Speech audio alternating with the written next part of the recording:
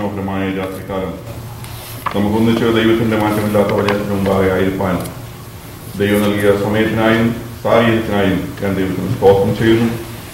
സന്നിഹിതരായിരിക്കുന്ന നിങ്ങൾക്ക് എല്ലാവർക്കും കർത്താവായ യേശുക്രിസ്തുവിന്റെ നാമത്തിൽ ഞാൻ വന്ദനം ചൊല്ലുന്നു. അതുപോലെ തന്നെ നിങ്ങൾ പലർക്കും അറിയാം, ഈ ക്ലാസ് റെക്കോർഡ് ചെയ്യുന്നുണ്ടോ? ജേക്കബ് തോമസ് ഇത് റെക്കോർഡ് ചെയ്ത് നമ്മുടെ ചർച്ചിന്റെ സൈറ്റിൽ ഇടുന്നുണ്ടോ? നിരവധി ആളുകൾ ഈ സൈറ്റിലൂടെ ഇത് കേൾക്കുന്നുണ്ടോ എന്ന് എനിക്കറിയാം. അങ്ങനെ ദൈവവചനം അവരുടേതായ സമയത്ത് അവരുടേതായ സാഹചര്യത്തിൽ കേൾക്കുന്ന ദൈവമക്കളെ ഓർക്കും ഞാൻ ദൈവത്തിന് സ്തോത്രം കരയുന്നു. നാം ദാനിയേൽ പ്രവചനത്തിന്റെ 4-ാം അധ്യായത്തിലാണ്, എൻ്റെ ആരംഭത്തിലാണ് നാം നിൽക്കുന്നത്. ഞാൻ കഴിഞ്ഞ ഒരാഴ്ചയിൽ പറഞ്ഞ് നിങ്ങൾ ഓർക്കുന്നുണ്ടാകും, വേദപുസ്തകം നാം പഠിക്കുമ്പോൾ കമ്പയർ ചെയ്യുവാൻ മറ്റ് അധ്യായങ്ങളുമായിട്ടോ വാക്യങ്ങളുമായിട്ടോ കമ്പയർ ചെയ്യുവാൻ പറ്റാത്ത നിലയിലുള്ള ഒരു അധ്യായമാണോ നമ്മുടെ മുമ്പിൽ നാം പഠിക്കുവാൻ പോകുന്നത്. വേദപുസ്തകത്തിൽ ഒരു മനുഷ്യൻ മാത്രമേ അവന്റെ മനുഷ്യ സ്വഭാവവും വിട്ട് മൃഗസ്വഭാവത്തിലേക്ക്, അല്ലെങ്കിൽ മൃഗമായി അക്ഷരീകമായി മൃഗത്തിന്റെ അനുഭവത്തിലേക്ക് പോയ ചരിത്രം വേദപുസ്തകത്തിലുള്ളൂ. മൃഗസ്വഭാവം കാണിച്ചിട്ടുള്ളതായ സംഭവങ്ങൾ നിരവധിയാണ്. എന്നാൽ മൃഗത്തെ പോലെ പുല്ല് തിന്നുന്ന നിലയിലേക്ക് ഒരു രാജാവിനെ മാറ്റുക എന്ന് പറഞ്ഞാൽ അത് അസാധാരണങ്ങളിൽ അസാധാരണമായ സംഭവമാണ്. അപ്പോൾ അത് മാത്രമല്ല, അങ്ങനെയുള്ള അനുഭവങ്ങളിലൂടെ പോയ ഒരു വ്യക്തി, ആ വ്യക്തിയുടെ അനുഭവം സ്വയം ഷെയർ ചെയ്യുന്ന അധ്യായമാണ് ഈ 4-ാം അധ്യായം. തന്നെത്താൻ പറയുകയാണ്, എനിക്ക് ഇന്നതെല്ലാം ഭവിച്ചു, ദൈവം എന്നെ ഈ നിലകളിലാക്കി, ദൈവം എന്നെ ടെസ്റ്റ് ചെയ്തപ്പോൾ, അല്ലെങ്കിൽ എന്നോട് ദൈവം ഇടപെട്ടപ്പോൾ, എന്റെ അഹങ്കാരം അല്ലെങ്കിൽ എന്റെ നിഗളമെന്ന് പറയുന്ന വിഷയത്തിന്മേൽ ദൈവം എന്നെ ചികിത്സിച്ച് ഈ വിധത്തിലാക്കി, അല്ലെങ്കിൽ ഞാൻ ഈ വിധത്തിൽ എത്തിച്ചോർന്നു. എന്നാൽ എനിക്ക് സുബോധം വന്നപ്പോൾ എന്റെ അവസ്ഥയ്ക്ക് വ്യത്യാസം വന്നു എന്ന് പറഞ്ഞ് ആ സുബോധം വന്നതായ സമയവും പറയുകയാണ്. ഇത് ഒരു സാധാരണ മനുഷ്യന്റെ പ്രസ്താവനയല്ല.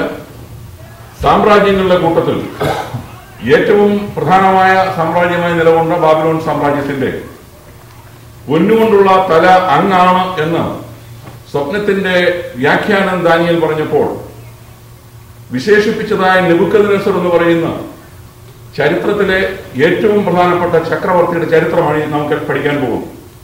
വളരെ ഡീറ്റെയിൽ ആയിട്ട് പോകാൻ നമ്മുടെ മുമ്പിൽ സമയമില്ല. നമുക്കറിയാവുന്ന പരിചിതമായ ഭാഗങ്ങളാണ്. എങ്കിൽ പോലും അതിൽ നിന്നും നമ്മളോട് സംസാരിക്കുന്ന പല ഭാഗങ്ങൾ അതിനകത്തുണ്ട്.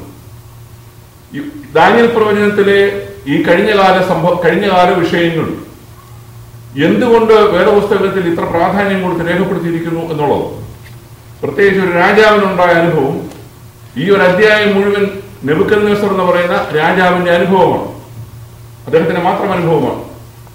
എന്താണ് ഇതിന് ഇത്ര വലിയ പ്രാധാന്യം എന്ന് ചോദിച്ചാൽ, ദൈവം ഏറ്റവും വെറുക്കുന്ന പാപം എന്ന് പറയുന്നതിൽ ഒന്നായിട്ടാണോ നിഗളം അല്ലെങ്കിൽ അഹങ്കാരത്തെ നാം കാണുന്നത്. അഹങ്കാരികളോടോ നിഗളുകളോടോ ദൈവം എതിർത്തു നിൽക്കുന്നു എന്ന് ദൈവത്തിന്റെ വചനം നമ്മെ പഠിപ്പിക്കുന്നു. അത് ആത്മീയ കോണത്തിലായാലും കൊള്ളാം, ഭൗതിക കോണത്തിലായാലും കൊള്ളാം. ജീവനുള്ളതായ ദൈവത്തോട് എതിർക്കുകയും ദൈവത്തോട് മറുതലിക്കുകയും ദൈവം പല വിധത്തിലുള്ളതായ പരിശോധനകൾ ജീവിതത്തിൽ നൽകിയിട്ടും അതിനോട് അനുസരണം കാണിക്കുന്നതിന് പകരം വീണ്ടും വീണ്ടും ഹൃദയം കഠിനമാക്കി ഈ ദൈവം ആര് എന്ന് ചോദിക്കുന്ന നിലവാരത്തിൽ ദൈവത്തോട് മത്സരിക്കുന്ന മനുഷ്യനെ ദൈവം എന്താക്കി തീർക്കും എന്ന് ദൈവത്തിന്റെ വചനം നമ്മെ പഠിപ്പിക്കും. അത് ഈ കാലഘട്ടത്തിനും ബാധകമാണ്. ദൂതന്മാരോടുള്ള ബന്ധത്തിൽ നമുക്കറിയാം, ലൂസിഫർ എന്ന് പറയുന്ന ദൂതൻ ദൈവസന്നിധിയിൽ വളരെ മനോഹരമായ ശുശ്രൂഷ ചെയ്തു വന്ന ദൂതനാണ്. സ്വർഗത്തിലെ ഗാന ശുശ്രൂഷയുടെ മേധാവി അദ്ദേഹമായിരുന്നു. അദ്ദേഹത്തിന്റെ ചിറകുകൾ വിടർത്തി കഴിയുമ്പോൾ വിവിധ തരത്തിലുള്ളതായ വിവിധ നിലകളിലുള്ളതായ സംഗീത ഉപകരണങ്ങളുടെ ശബ്ദം പുറപ്പെടുവിക്കുമായിരുന്നു. അപ്പോൾ ദൈവസന്നിധിയിൽ വളരെ ശ്രേഷ്ഠമായ ശുശ്രൂഷ ചെയ്തുകൊണ്ടിരുന്ന ഈ ദൂതന് ക്രമേണ ഉണ്ടായ ആഗ്രഹമാണ്, ഞാൻ കയറും, ഞാൻ അത്യുന്നതിന്റെ മുകളിൽ എന്റെ സിംഹാസനം വെച്ച് ഞാൻ വാണരുളും എന്നുള്ളതായ നിലവാരത്തിലേക്ക് അദ്ദേഹം എത്തി. അതുകൊണ്ടാണ് ആ നിഗള സ്വഭാവത്തെ ദൈവം ട്രീറ്റ് ചെയ്തത്. അവന്റെ മനോഹരമായ, അവൻ വിടർത്തി എപ്പോഴും ഗാനങ്ങൾ ആലപിച്ചുകൊണ്ടിരുന്ന അവന്റെ മനോഹരമായ ചിറകുകളെ വെട്ടി അവനെ താഴെയിട്ടു എന്ന് ദൈവത്തിന്റെ വചനം നമ്മെ പഠിപ്പിക്കുന്നു. അവനോടാണ് ദൈവവചനം ചോദിക്കുന്നത്, അരുണോദയ പുത്രനായ ശുക്ര, നീ എങ്ങനെ വെട്ടേറ്റ് നിലത്ത് വീണു? നീ ആരായിരുന്നു? നീ ഇപ്പോൾ എവിടെയാണ്? ദൈവത്തിന് സ്തോത്രം. ഇത് ഈ കാലഘട്ടത്തിൽ ജീവിക്കുന്ന നമുക്ക് ഇതിൽ നിന്നും പഠിപ്പാൻ വളരെ ഉണ്ട്. ആത്മീയ ഗോളത്തിൽ നിരവധി നിഗളികളെ നാം കാണുന്നുണ്ട്. ആത്മീയ ശുശ്രൂഷകളുടെ ബന്ധത്തിൽ ദൈവം നൽകുന്ന ശുശ്രൂഷകൾ അതിൻ്റെതായ ഗൗരവത്തിൽ ചെയ്യുന്നതിന് പകരം, ദൈവം നൽകിയ ശുശ്രൂഷയുടെ മുമ്പിൽ വിനയപ്പെടുന്നതിന് പകരം, ദൈവം നൽകിയ ശുശ്രൂഷയുടെ മുമ്പിൽ ദൈവത്തിന് മഹത്വം കൊടുക്കുന്നതിന് പകരം ദൈവസന്നിധിയിൽ മഹത്വം കവർന്നെടുക്കുകയും ദൈവസന്നിധി നിഗളിക്കുകയും ദൈവത്തിന് പ്രാധാന്യം കൊടുക്കാതെ നടക്കുകയും ചെയ്യുന്നവരെ ദൈവം വിധിക്കും എന്ന് ദൈവത്തിന്റെ വചനം പഠിപ്പിക്കും. ഞാൻ പറഞ്ഞത് ആത്മീയ ഗോളത്തെ ഒഴിവാക്കിയല്ല നിങ്ങളിലൂടെ ദൈവം ഇടപെടുന്നു. ആത്മീയ ഗോളത്തിലും ദൈവം ഇടപെടുന്ന ദൈവമാണെന്ന് ദൈവം നമ്മൾ പഠിപ്പിക്കും. അപ്പോൾ നെബൂഖദ്നേസർ എന്ന് പറയുന്ന രാജാവ് വാസ്തവത്തിൽ ദൈവത്തോട് നീതി പുലർത്തേണ്ടതായ, ദൈവത്തോട് വിശ്വസ്തത പുലർത്തേണ്ട രാജാവാണ്. അവന്റെ കഴിവ് കൊണ്ടല്ല ബാബിലോൺ എന്ന് പറയുന്ന ഈ സാമ്രാജ്യം ഇത്രയും വളർന്നു. അവന്റെ സാമർഥ്യം കൊണ്ടല്ല ഈ സാമ്രാജ്യത്തിൽ ഐശ്വര്യം നിഴലാടുന്നത്. അവന്റെ കഴിവ് കൊണ്ടോ അവന്റെ വൈദഗ്ധ്യം കൊണ്ടോ അല്ല ഈ രാജ്യത്ത് കുഴപ്പങ്ങളില്ലാതെ ആളുകൾ ജീവിക്കുന്നു. അങ്ങനെയൊക്കെ രാജാവിന് തോന്നി എന്നുള്ളത് അത് വേറൊരു വശമാണ്. അപ്പോൾ ദൈവം ഇസ്രയേലിനോടുള്ള ബന്ധത്തിൽ ഇസ്രയേൽ ജനതയുടെ അഹങ്കാരം എന്ന് പറയുന്നത് ദൈവത്തോട് ഇസ്രയേൽ കാണിച്ച അവിശ്വസ്തതയ്ക്ക് ദൈവം കൊടുത്ത ചികിത്സ എന്നുള്ള നിലയിലാണ് ഞാൻ നിന്നെ, അല്ലെങ്കിൽ ഞാൻ ഈ രാജ്യത്ത് എന്റെ സ്നേഹിതനായ കൽദയ രാജാവായ നെബൂഖദ്നേസറിന് ഞാൻ കൊടുക്കും എന്ന് ദൈവം പറഞ്ഞത്. ദൈവത്തിന്റെ ആത്മാർത്ഥ സ്നേഹിതനല്ല എന്നുള്ള നിലയിലല്ല നാം കാണുന്നത്. എന്നാൽ ദൈവം കൽപ്പിച്ചു നൽകുകയാണ് ഈ രാജ്യത്തെ ബാബിലോണിലേക്ക്. 70 വർഷം നീ ബാബിലോണിൽ പോയി പ്രവാസത്തിൽ കഴിയേ, നീ അനുഭവിക്ക്, അല്ലെങ്കിൽ ജീവനുള്ള ദൈവത്തെ വിട്ടാൽ എങ്ങനെയായിരിക്കും നിന്റെ അവസ്ഥയെന്ന് പോയി അനുഭവിച്ച് പഠിച്ചിട്ട് തിരിച്ചു പോവാ എന്നുള്ള നിലയിൽ ബാബിലോണിലേക്ക് വിടുന്ന രംഗം നാം കാണും. അപ്പോൾ ഇസ്രായേലിന് ഈ യഹൂദ ജാതിയെ തന്റെ കൈവശം ലഭിച്ചത് തന്റെ ആർമിയുടെയോ തന്റെ ഭരണത്തിന്റെയോ അല്ലെങ്കിൽ തന്റെ സിംഹാസനത്തിന്റെയോ ശക്തി കൊണ്ടല്ലെന്നുള്ളത് ഒന്നൊന്നായിട്ട് ദൈവം നെബൂഖദ്നേസറിനെ പഠിപ്പിച്ചുകൊണ്ടിരിക്കുകയാണ്. പക്ഷെ ഇതുകൊണ്ടൊന്നും രാജാവിന് അനുഭവം ബോധ്യമാകുന്നില്ല. ഫറവോനെ പോലെ തന്നെ പെട്ടെന്ന് പറയും, നിങ്ങളുടെ ദൈവം വലിയ ദൈവമാണ്, ഇതുപോലുള്ള ദൈവമില്ല എന്ന് പറഞ്ഞു കഴിഞ്ഞിട്ട് കുറച്ചു കഴിയുമ്പോൾ വീണ്ടും രാജാവ് ഈ അനുഭവങ്ങളൊന്നും മറക്കുകയാണ്. താൻ എന്താണ് പറഞ്ഞത് അതിൽ ഓർത്തു നിൽക്കാൻ കഴിയുന്നില്ല. അപ്പോൾ ദൈവത്തിന് മഹത്വം കൊടുക്കാതെ ദൈവസന്നിധിയിൽ നേരെ നിന്നുകൊണ്ട് ഞാൻ ആരാണെന്ന് അങ്ങേക്ക് അറിയാമോ എന്നുള്ള നിലയിൽ ദൈവത്തോട് തിരിഞ്ഞു നിയോഗിക്കുന്ന നിലവാരത്തിൽ എത്തുന്ന മനുഷ്യൻ, അത് അഹങ്കാരത്തിന്റെ പാരമ്യത്തിൽ നിൽക്കുന്ന മനുഷ്യനാണ്. അവൻ അധികം താമസിക്കാതെ വീഴും എന്നുള്ളത് ദൈവവചനം നമ്മെ പഠിപ്പിക്കും. അപ്പോൾ ഈ അധ്യായം നാം പഠിക്കുമ്പോൾ, ഈ ദാനിയേൽ പ്രവചനം 4-ാം അധ്യായം നാം പഠിക്കുമ്പോൾ സങ്കീർത്തനത്തിലെ നിരവധി സങ്കീർത്തനങ്ങൾ അനുതാപ സങ്കീർത്തനങ്ങളായിട്ട് നമുക്ക് കാണുവാൻ കഴിയും. ദൈവസന്നിധിയിൽ അവന്റെ ഉള്ള അവസ്ഥയെ പറഞ്ഞുകൊണ്ട് 51-ാം സങ്കീർത്തനം ഒരു അനുതാപ സങ്കീർത്തനമാണ്. 51-ാം സങ്കീർത്തനത്തിൽ ദാവീദ് തെറ്റ് ചെയ്തായ സമയത്ത്, ബത്ശേബയുടെ ബന്ധത്തിൽ തെറ്റ് ചെയ്തായ സമയത്ത്, കൽപ്പനാലംഘനം നടത്തിയപ്പോൾ നാഥാൻ വന്ന് അവന്റെ തെറ്റിനെ ഉണർത്തിച്ചതായ സമയത്ത് ദാവീദ് ഇരുന്നുകൊണ്ട് വിലപിച്ചുകൊണ്ട് പറയുന്നതായ സങ്കീർത്തനമാണ്. ഞാൻ അകൃത്യത്തിൽ ഉരുവായി പാപത്തിൽ എന്റെ അമ്മ എന്നെ ഗർഭം ധരിച്ചു, അന്തർഭാഗത്തിലെ സത്യമല്ലോ നീക്ഷിക്കുന്നത് അന്തരംഗത്തിൽ എന്നെ ഞാനെ ഗ്രഹിപ്പിക്കണമേ, ഞാൻ നിർമ്മലനാകേണ്ടതിന് ഈ സോപ്പ് കൊണ്ട് എന്നെ കഴുകണമേ എന്ന് പറഞ്ഞുകൊണ്ട് ദൈവസന്നിധിയിൽ അനുദപിക്കുന്ന ഒരു ദൈവവൃത്തിനെ നാം 51-ാം സങ്കീർത്തനത്തിൽ കാണും. 30-ാം സങ്കീർത്തനം ഇതുപോലെ മറ്റൊരു സങ്കീർത്തനമാണ്. നിരവധി സങ്കീർത്തനങ്ങളുണ്ട്. 30-ാം സങ്കീർത്തനത്തിലാണ് സങ്കീർത്തനക്കാരൻ ഇപ്രകാരം പറയുന്നു, ഞാൻ ഒരു കാലത്തും കുലുങ്ങുകയില്ലെന്ന് എന്റെ സുഖകാലത്ത് ഞാൻ പറഞ്ഞു. ഈ നെബൂഖദ്നേസർ പറഞ്ഞതുപോലുള്ള വേറൊരു സ്റ്റേറ്റ്മെന്റ് ആണ്. ആള് സംഗതി കുഴപ്പമൊന്നുമില്ല ഇങ്ങനെ പോകുന്ന സമയത്ത് പറഞ്ഞു, ഞാൻ ഒരു കാലത്തും കുലുങ്ങുകയില്ലെന്ന് എന്റെ സുഖകാലത്ത് ഞാൻ പറഞ്ഞു. അടുത്ത വാക്യം, അപ്പോൾ യഹോവ മുഖത്തെ അങ്ങ് മറച്ചു കളഞ്ഞു. മുഖത്തെ മറച്ചു കളഞ്ഞ് ഉടനെ തന്നെ പറഞ്ഞു, ഞാൻ എന്ത് ചെയ്തു പോയി, ഞാൻ ഭ്രമിച്ചു പോയി എന്ന് പറഞ്ഞു. യഹോവ മുഖത്തെ മറച്ചു കളഞ്ഞപ്പോൾ ഞാൻ ഭ്രമിച്ചു പോയി എന്ന് പറഞ്ഞു. അപ്പോൾ ദൈവസന്നിധിയിൽ സുഖത്തോടെ ഇരിക്കുമ്പോൾ, സന്തോഷത്തോടെ ഇരിക്കുമ്പോൾ, സൗഖ്യത്തോടെ ഇരിക്കുമ്പോൾ ഉയർന്നു വരുന്ന ഒരു പ്രത്യേക അസുഖമാണ് ഈ അഹങ്കാരം എന്ന് പറയുന്നത്. കാര്യങ്ങളെല്ലാം അനുകൂലമായി വരുമ്പോൾ, നമ്മുടെ ജോലി കാര്യങ്ങൾ എല്ലാം സ്വസ്ഥമായി പോകുമ്പോൾ, നമ്മുടെ ശരീരത്തിന്റെ സ്ഥിതി ആരോഗ്യം തൃപ്തികരമായി പോകുമ്പോൾ, ഒരു നിലയിലുള്ള ഒരു വേദനയും ശരീരത്തിൽ ഇല്ലാതെ എല്ലാ നിലയിലും ഭംഗിയായിട്ട് ആ ശരീരം പോകുന്നു. നമ്മുടെ ഭവനത്തോടുള്ള ബന്ധത്തിൽ ഒരു പ്രയാസവും നമുക്കില്ല. സാമ്പത്തികമായ വിഷയത്തിൽ നമുക്കൊരു ഭാരവുമില്ല. നമ്മുടെ ബില്ലുകളെല്ലാം സമയത്ത് തന്നെ പേ ചെയ്യുന്നു. ഒരു കുഴപ്പവും ആ രംഗത്തില്ല. ചുരുക്കി പറഞ്ഞാൽ ഒരു പ്രയാസവും ഒരു ഏരിയയിലും ഇല്ല എന്ന് പറയുന്ന സുഖകാലം എന്ന് പറയുന്നത് വരുമ്പോൾ, അങ്ങനെയുള്ള ഒരു അവസ്ഥയിലേക്കൊക്കെ വരുമ്പോഴാണ് മനുഷ്യൻ ഈ അഹങ്കാരം എന്ന് പറയുന്നത് അതിനോട് കൂടെ കയറി വരും. എന്ന് പറഞ്ഞാൽ അങ്ങനെയുള്ള സാഹചര്യത്തിൽ ഇരിക്കുമ്പോഴാണ് ഇതൊക്കെ ഞാൻ ഒന്നുമില്ലാത്തവനായിട്ട് ഇവിടെ വന്നു, ഇപ്പോൾ എനിക്ക് ഇതെല്ലാം ഉണ്ട് എന്ന് പറഞ്ഞ് നമ്മളിങ്ങനെ കാര്യങ്ങൾ എണ്ണാൻ തുടങ്ങും. നമ്മൾക്ക് ഉള്ള നേട്ടങ്ങൾ, നമ്മുടെ വിജയം നമ്മളിവിടെ വന്നപ്പോൾ ഇന്നതെ ആഗ്രഹിച്ചുള്ളൂ, ഇപ്പോൾ ഇവിടെയൊക്കെ ആയി, ഇതൊന്നും കുഴപ്പമില്ല, നാം ഇതെല്ലാം അനുഭവിക്കാൻ നമുക്ക് തരുന്നതെല്ലാം നമുക്ക് അനുഭവിക്കും. പക്ഷെങ്കിൽ ഈ ചിന്തകളെല്ലാം നമ്മളെ ഭരിക്കുമ്പോൾ ഓർക്കണം, ദൈവം എന്ന് പറയുന്ന ഒരു ഘടകം അവിടെ ഉണ്ട്. ദൈവം എനിക്ക് തന്നു, ദൈവത്താൽ എനിക്ക് ലഭിച്ചു, ദൈവത്തെങ്കിലും ലഭിച്ച നന്മകളാണത്. ദൈവത്തിന് ഞാൻ നന്ദിയുള്ളവനായിരിക്കണം, ദൈവത്തിന് മഹത്വം കൊടുക്കുവാൻ എനിക്ക് ബാധ്യതയുണ്ടെന്ന നിലയിൽ ദൈവത്തിന് പ്രയോറിറ്റി കൊടുത്തോണ്ട് നമ്മുടെ ഈ വക വിഷയങ്ങൾ പറഞ്ഞാൽ ഒരു കുഴപ്പമില്ല. പക്ഷെങ്കിൽ പലപ്പോഴും മനുഷ്യൻ അവന്റെ ബ്ലെസ്സിങ്സ് കൗണ്ട് ചെയ്യുമ്പോൾ, അവന്റെ അനുഗ്രഹങ്ങൾ, നന്മകൾ കൗണ്ട് ചെയ്യുമ്പോൾ പലപ്പോഴും ദൈവത്തെ മാറ്റി നിർത്തിയിട്ടോ, ചിത്രത്തിൽ നിന്നും ദൈവത്തെ മാറ്റി നിർത്തിയിട്ടാണ് പലപ്പോഴും മനുഷ്യൻ അവന്റെ കാര്യങ്ങൾ വിലയിരുത്തുന്നത്, അവന്റെ നേട്ടങ്ങളെ അവൻ വിലയിരുത്തുന്നത്. എന്നാൽ ഈ അധ്യായം നാം പഠിക്കുമ്പോൾ, ഈ ദാനിയേൽ പ്രവചനം 4-ാം അധ്യായം വ്യക്തമായും നമ്മെ പഠിപ്പിക്കും നമുക്കുള്ള പോരായ്മ നാം എവിടെയാണ് എന്നുള്ളത്.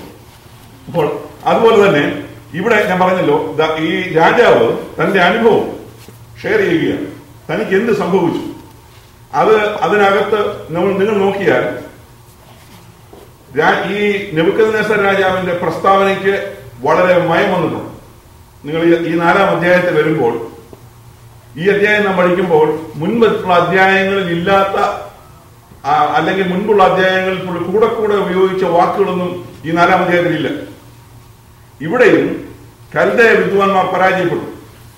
പക്ഷെ കൽദയ വിദ്വാൻമാരോട് പറഞ്ഞില്ല, നിന്നെ എന്ത് ചെയ്യും, ഞാൻ കൊന്നുകളയുമെന്നും നിന്റെ വീടുകൾ കുപ്പക്കുന്നാളാക്കുന്നെന്നും രാജാവ് പറഞ്ഞില്ല. അങ്ങനത്തെ വാക്കുകളൊന്നുമില്ല. അവർക്ക് സ്വപ്നത്തിന്റെ അർത്ഥം പറയാൻ കഴിഞ്ഞില്ല, പൊക്കോ, വെറുതെ വിട്ടിരിക്കുന്നു. അപ്പോൾ രാജാവിന് കാര്യമായ വ്യത്യാസം ഇവിടെ സംഭവിച്ചു എന്ന് പറയുന്നത് വെറുതെയല്ല, പ്രത്യേകമായ രീതിയിലേക്ക് രാജാവ് മാറ്റപ്പെട്ടു എന്നുള്ളതാണ്.